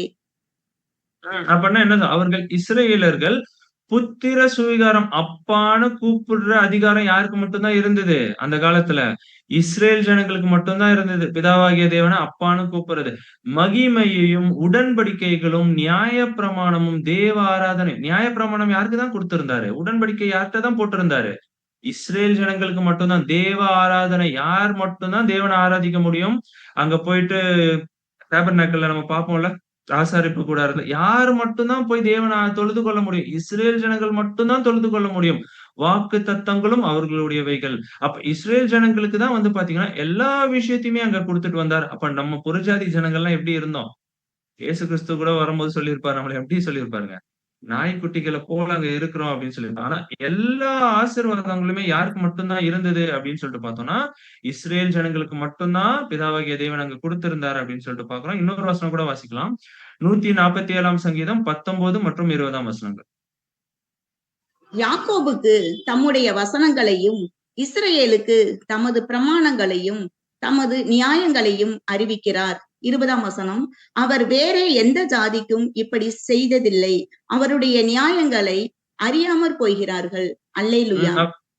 அப்பன்னா யாக்கோபுக்கு அப்படின்னு சொல்லும்போது நம்ம யாக்கோப நினைச்சுக்க கூடாது. இங்க யூதர்களை குறிச்சு அங்க பேசிட்டு அப்ப யாக்கோபுக்கு தம்முடைய வசனங்களையும் இஸ்ரேலுக்கு தம்முடைய பிரமாணங்களையும் என்ன பண்ணிருக்காங்க, எல்லாத்தையுமே யாருக்கு மட்டும்தான் கொடுத்தாருன்னா அங்க அந்த 12 கோத்திரத்துக்கு மட்டும்தான் அங்க கொடுத்தாரு அப்படின்னு சொல்லிட்டு பாக்குறோம்.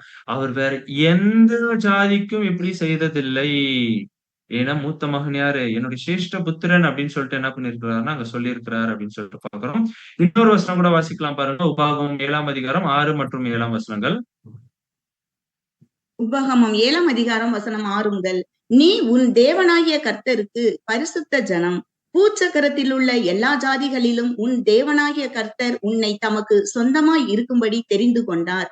சகல ஜனங்களிலும் நீங்கள் திரட்சியான ஜனம் என்று கர்த்தர் உங்கள் பேரில் அன்பு வைத்து உங்களை தெரிந்து கொள்ளவில்லை. நீங்கள் சகல ஜனங்களிலும் கொஞ்சமாய் இருந்தீர்கள். ஓகேங்களா? அப்படின்னா என்ன, பூச்சக்கரத்துலன்னா இந்த உலகத்துல இருக்கிற எல்லா ஜனங்களிலும் உன் தேவனாகிய கர்த்தர் உன்னை தமக்கு சொந்தமாய் இருக்கும்படி என்ன பண்ணிட்டாருங்க, அங்க தெரிந்து கொண்டார். இந்த மாதிரி எந்த ஜாதிக்குமே அவர் என்ன பண்ணலையா, அங்க செஞ்சதே இல்லை அப்படின்னு சொல்லிட்டு பாக்குறோம். அதுலயே 8ஆம் வசனம் கூட வாசிக்கலாம் பாருங்க. 8ஆம் வசனம், கர்த்தர் உங்களில் கர்த்தர் உங்களில் அன்பு கூர்ந்ததினாலும் உங்கள் பிதாக்களுக்கு இட்ட ஆணையை காக்க வேண்டும் என்பதினாலும் கர்த்தர் பலத்த கையினால் உங்களை புறப்பட பண்ணி அடிமைத்தன வீடாகிய எகிப்தினின்றும் அதன் ராஜாவான பார்வோனின் கையினின்றும் உங்களை மீட்டுக் கொண்டார். ஓகேங்களா? சோ சொந்த ஜனம், என்னுடைய சிரேஷ்ட புத்திரன், என்னுடைய பையன் அப்படின்றதுக்காக தான் என்ன பண்ணிருக்காருன்னா தேவன் அங்க இஸ்ரேல் ஜனங்களுக்கு அவ்வளவு விஷயங்களுமே அங்க செஞ்சிருக்காரு. எகிப்துல இருந்து கூட்டிட்டு வந்ததுல இருந்து, வாதைகள் நடந்ததுல இருந்து, செங்கடல் பிரிஞ்சதுல இருந்து, 40 வருஷம் வனாந்தரத்துல அவ்வளவு விஷயங்களை செஞ்சு நியாயப்பிரமாணம் கொடுத்து எல்லாமே என்ன பண்ணிருக்கிறாருங்க, அங்க செஞ்சிருக்கிறார் அப்படின்னு சொல்லிட்டு பாக்குறோம். சோ அதுதான் வந்து பாக்குறோம் என்ன அப்படின்னா, சிரேஷ்ட புத்திரன் அப்படின்றதுனால அங்க என்ன பண்ணிருக்கிறாருங்க, அவ்வளவு விஷயங்கள் அங்க இஸ்ரேல் ஜனங்களுக்கு அங்க கொடுத்திருக்கிறாரு. ஆனா அவங்க என்ன பண்ணல, அந்த விசுவாசத்தை அவருக்கு காத்து கொள்ளல அப்படின்னு சொல்லிட்டு. ஆனா இதே இன்னொரு சைடு, இதுதான் யாரு, ஏசாவ். ஓகேங்களா? ஆனா இன்னொரு சைடுல யாக்கோப் மாதிரியே சில பேர் இருக்கிறாங்க, குணசாலிகளா அங்க இருந்துட்டு இருக்கிறாங்க. அந்த ஒரு புறஜாதி ஸ்திரீ மாதிரி இயேசு கிறிஸ்துவோட முதலாம் வருகையில வந்து சொன்னாங்கல்ல, அந்த மேஜையில இருந்து விழுகிற அந்த துணிக்கையினால் நான் என்ன பண்ணிக்கிறேன், என்னுடைய வயிற்றை அடிக்கிறேன் அப்படின்ற.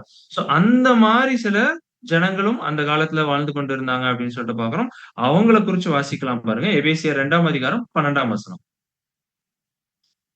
எபேசியர் 2ஆம் அதிகாரம் 12ஆம் வசனம், அக்காலத்திலே கிறிஸ்துவை சேராதவர்களும் இஸ்ரேலுடைய காணியாட்சிக்கு புறம்பானவர்களும் வாக்குத்தத்தத்தின் உடன்படிக்கைகளுக்கு அந்நியரும் நம்பிக்கை இல்லாதவர்களும் இவ்வுலகத்தில் தேவன் அற்றவர்களுமாய் இருந்தீர்கள் என்று நினைத்துக் கொள்ளுங்கள்.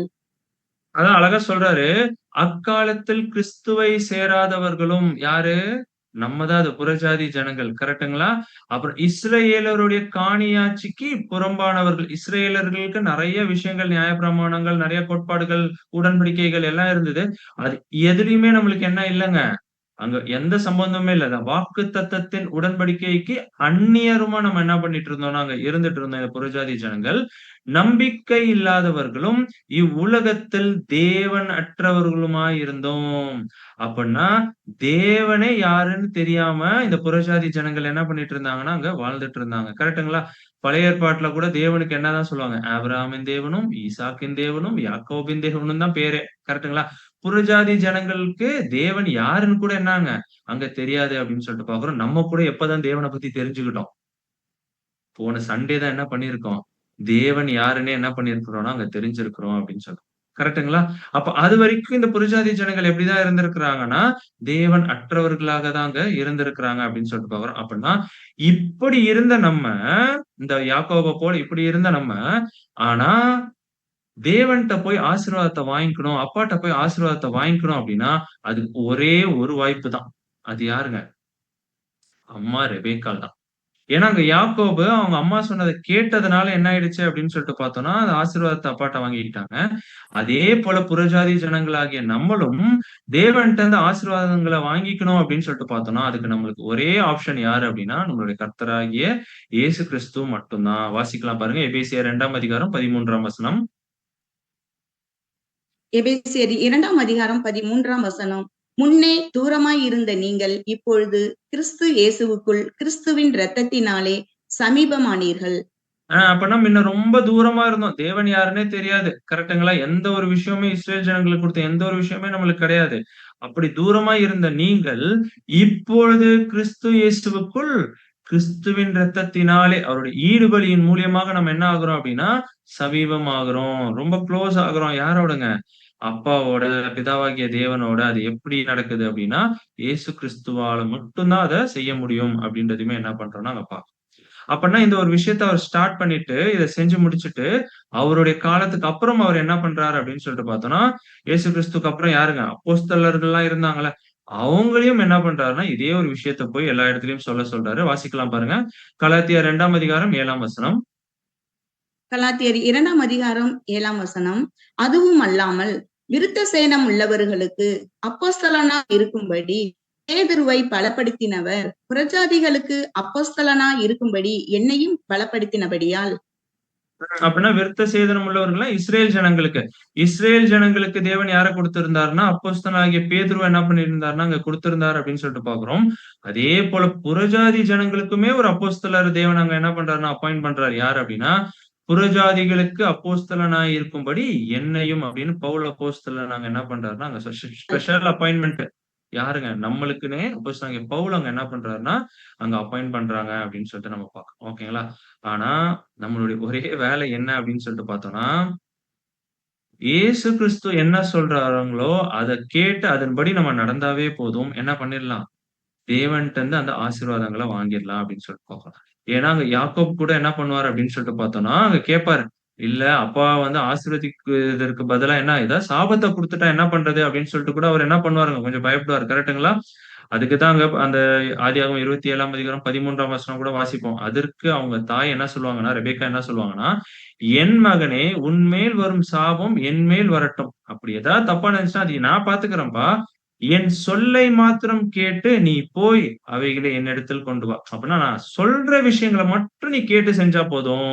அப்பாட்ட இருந்து ஆசீர்வாதங்கள என்ன பண்ணிடலாம்? நம்ம வாங்கிரலாம் அப்படின்றத இயேசு கிறிஸ்து என்ன பண்றாங்கன்னா, அங்க சொல்றாங்க அப்படின்னு அப்படின்னா, இயேசு கிறிஸ்து அப்படி என்னதான் சொல்றாரு? அத கூட வாசிச்சிடலாம் பாருங்க. மத்தேயு 16ஆம் அதிகாரம் 24ஆம் வசனம். மத்தேயு 16ஆம் அதிகாரம் 24ஆம் வசனம்.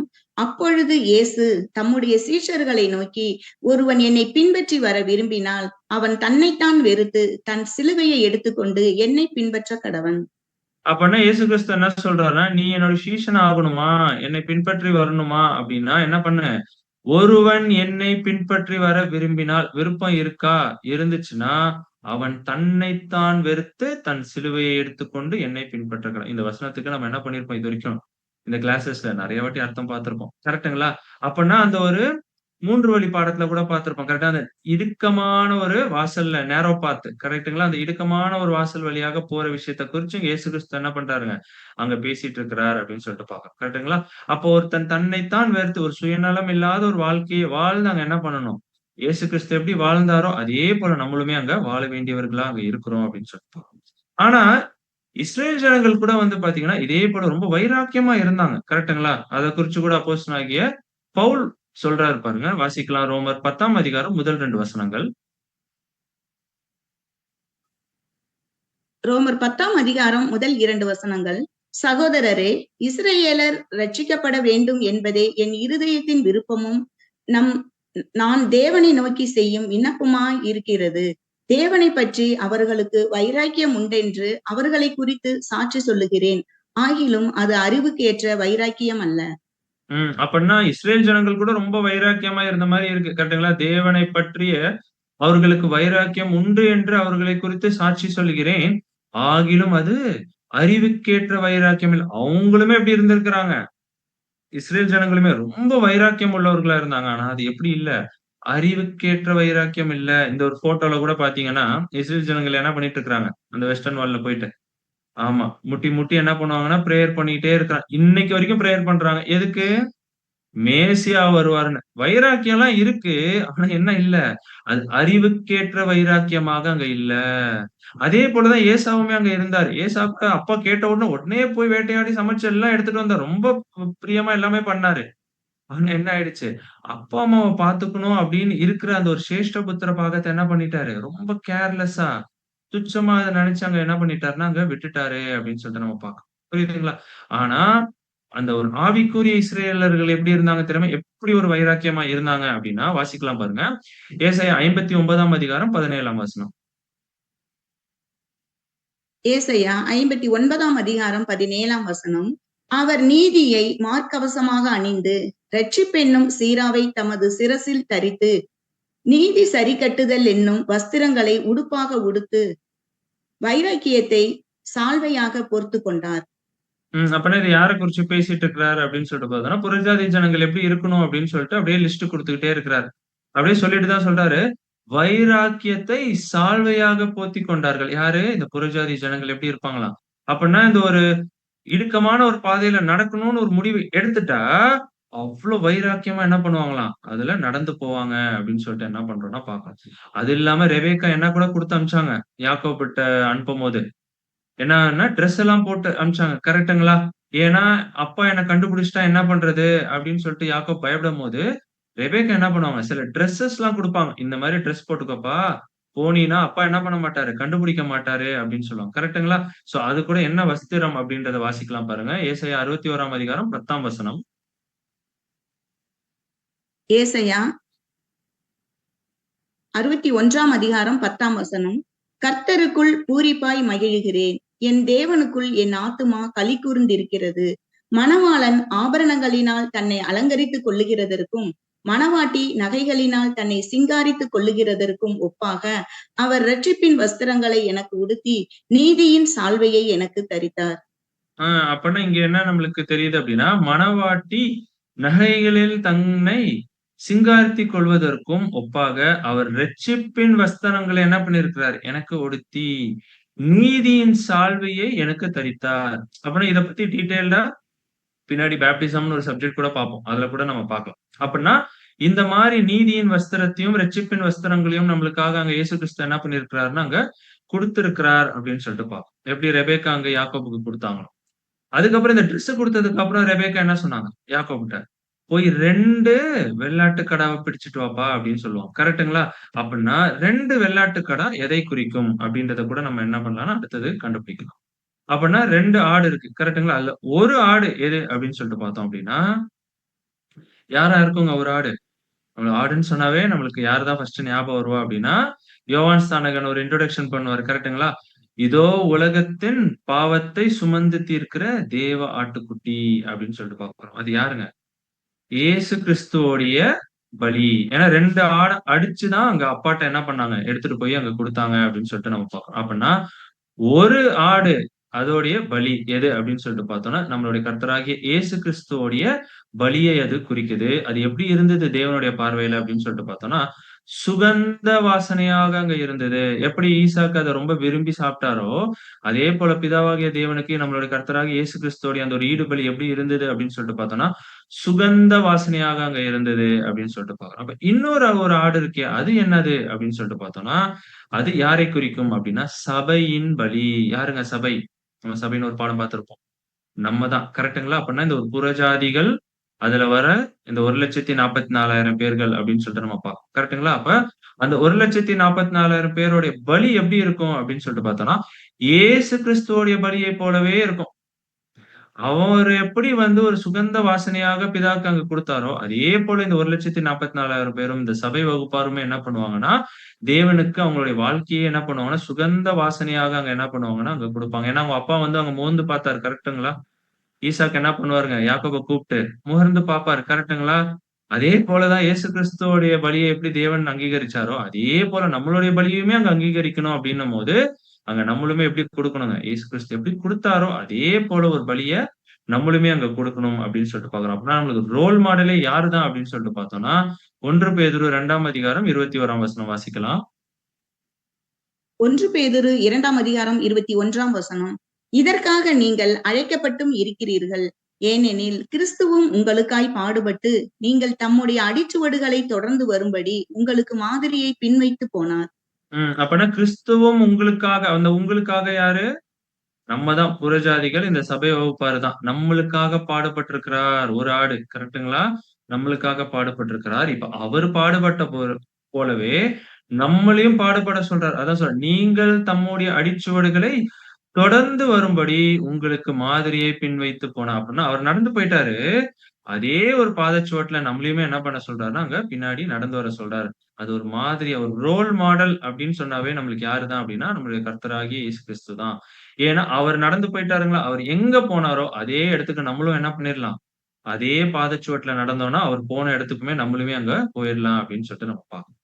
அப்படின்னா, அதே போல யார் யாரெல்லாம் நடப்பாங்களோ, அவங்க தான் யார் அப்படின்னா, சபை வகுப்பார் அப்படின்னு சொல்லிட்டு நம்ம பார்க்கிறோம். அவங்கள குறிச்சு கூட வாசிக்கலாம் பாருங்க. தானியேல் 12ஆம் அதிகாரம் 3ஆம் வசனம். தானியேல் 12ஆம் அதிகாரம் 3ஆம் வசனம்.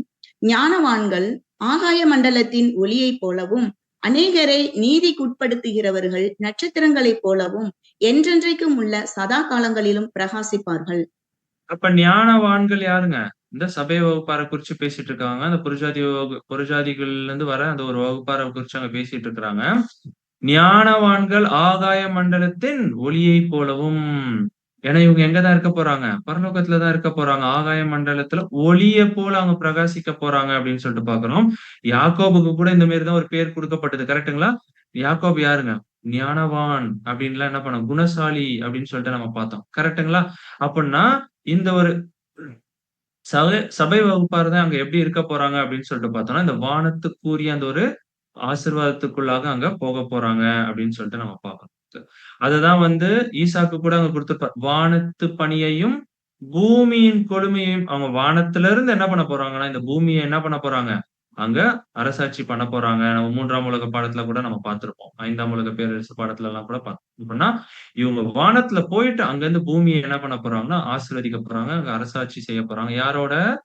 கிறிஸ்துவோட சேர்ந்து அங்க செய்ய போறாங்க அப்படின்னு சொல்லிட்டு பார்க்கிறோம். அவங்களுக்கு தான் என்ன பேர் அப்படின்னா, ஞானவான்கள் அப்படின்னு சொல்லிட்டு பார்க்கிறோம். சரி, ஏசாவ குறிச்சு என்ன ஒரு வசனம் இருக்குன்னா, ஆல்ரெடி நம்ம வாசிச்ச வசனம் தான். இன்னொரு வாட்டி கூட நம்ம வாசிக்கலாம் பாருங்க. ஏன்னா இது ரொம்ப எச்சரிப்பான ஒரு வசனம். எபிரெயர் 12ஆம் அதிகாரம் 16ஆம் வசனம். எபிரெயர் 12ஆம் அதிகாரம் 16ஆம் வசனம். ஒருவனும் வேசிக்கல்லனாகவும் ஒருவேளை போஜனத்துக்காக தன் சேஷ்டபுத்திர பாகத்தை விற்று போட்ட ஏசாவை போல சீர்கெட்டவனாகவும் இராதபடிக்கும் எச்சரிக்கையாயிருங்கள்.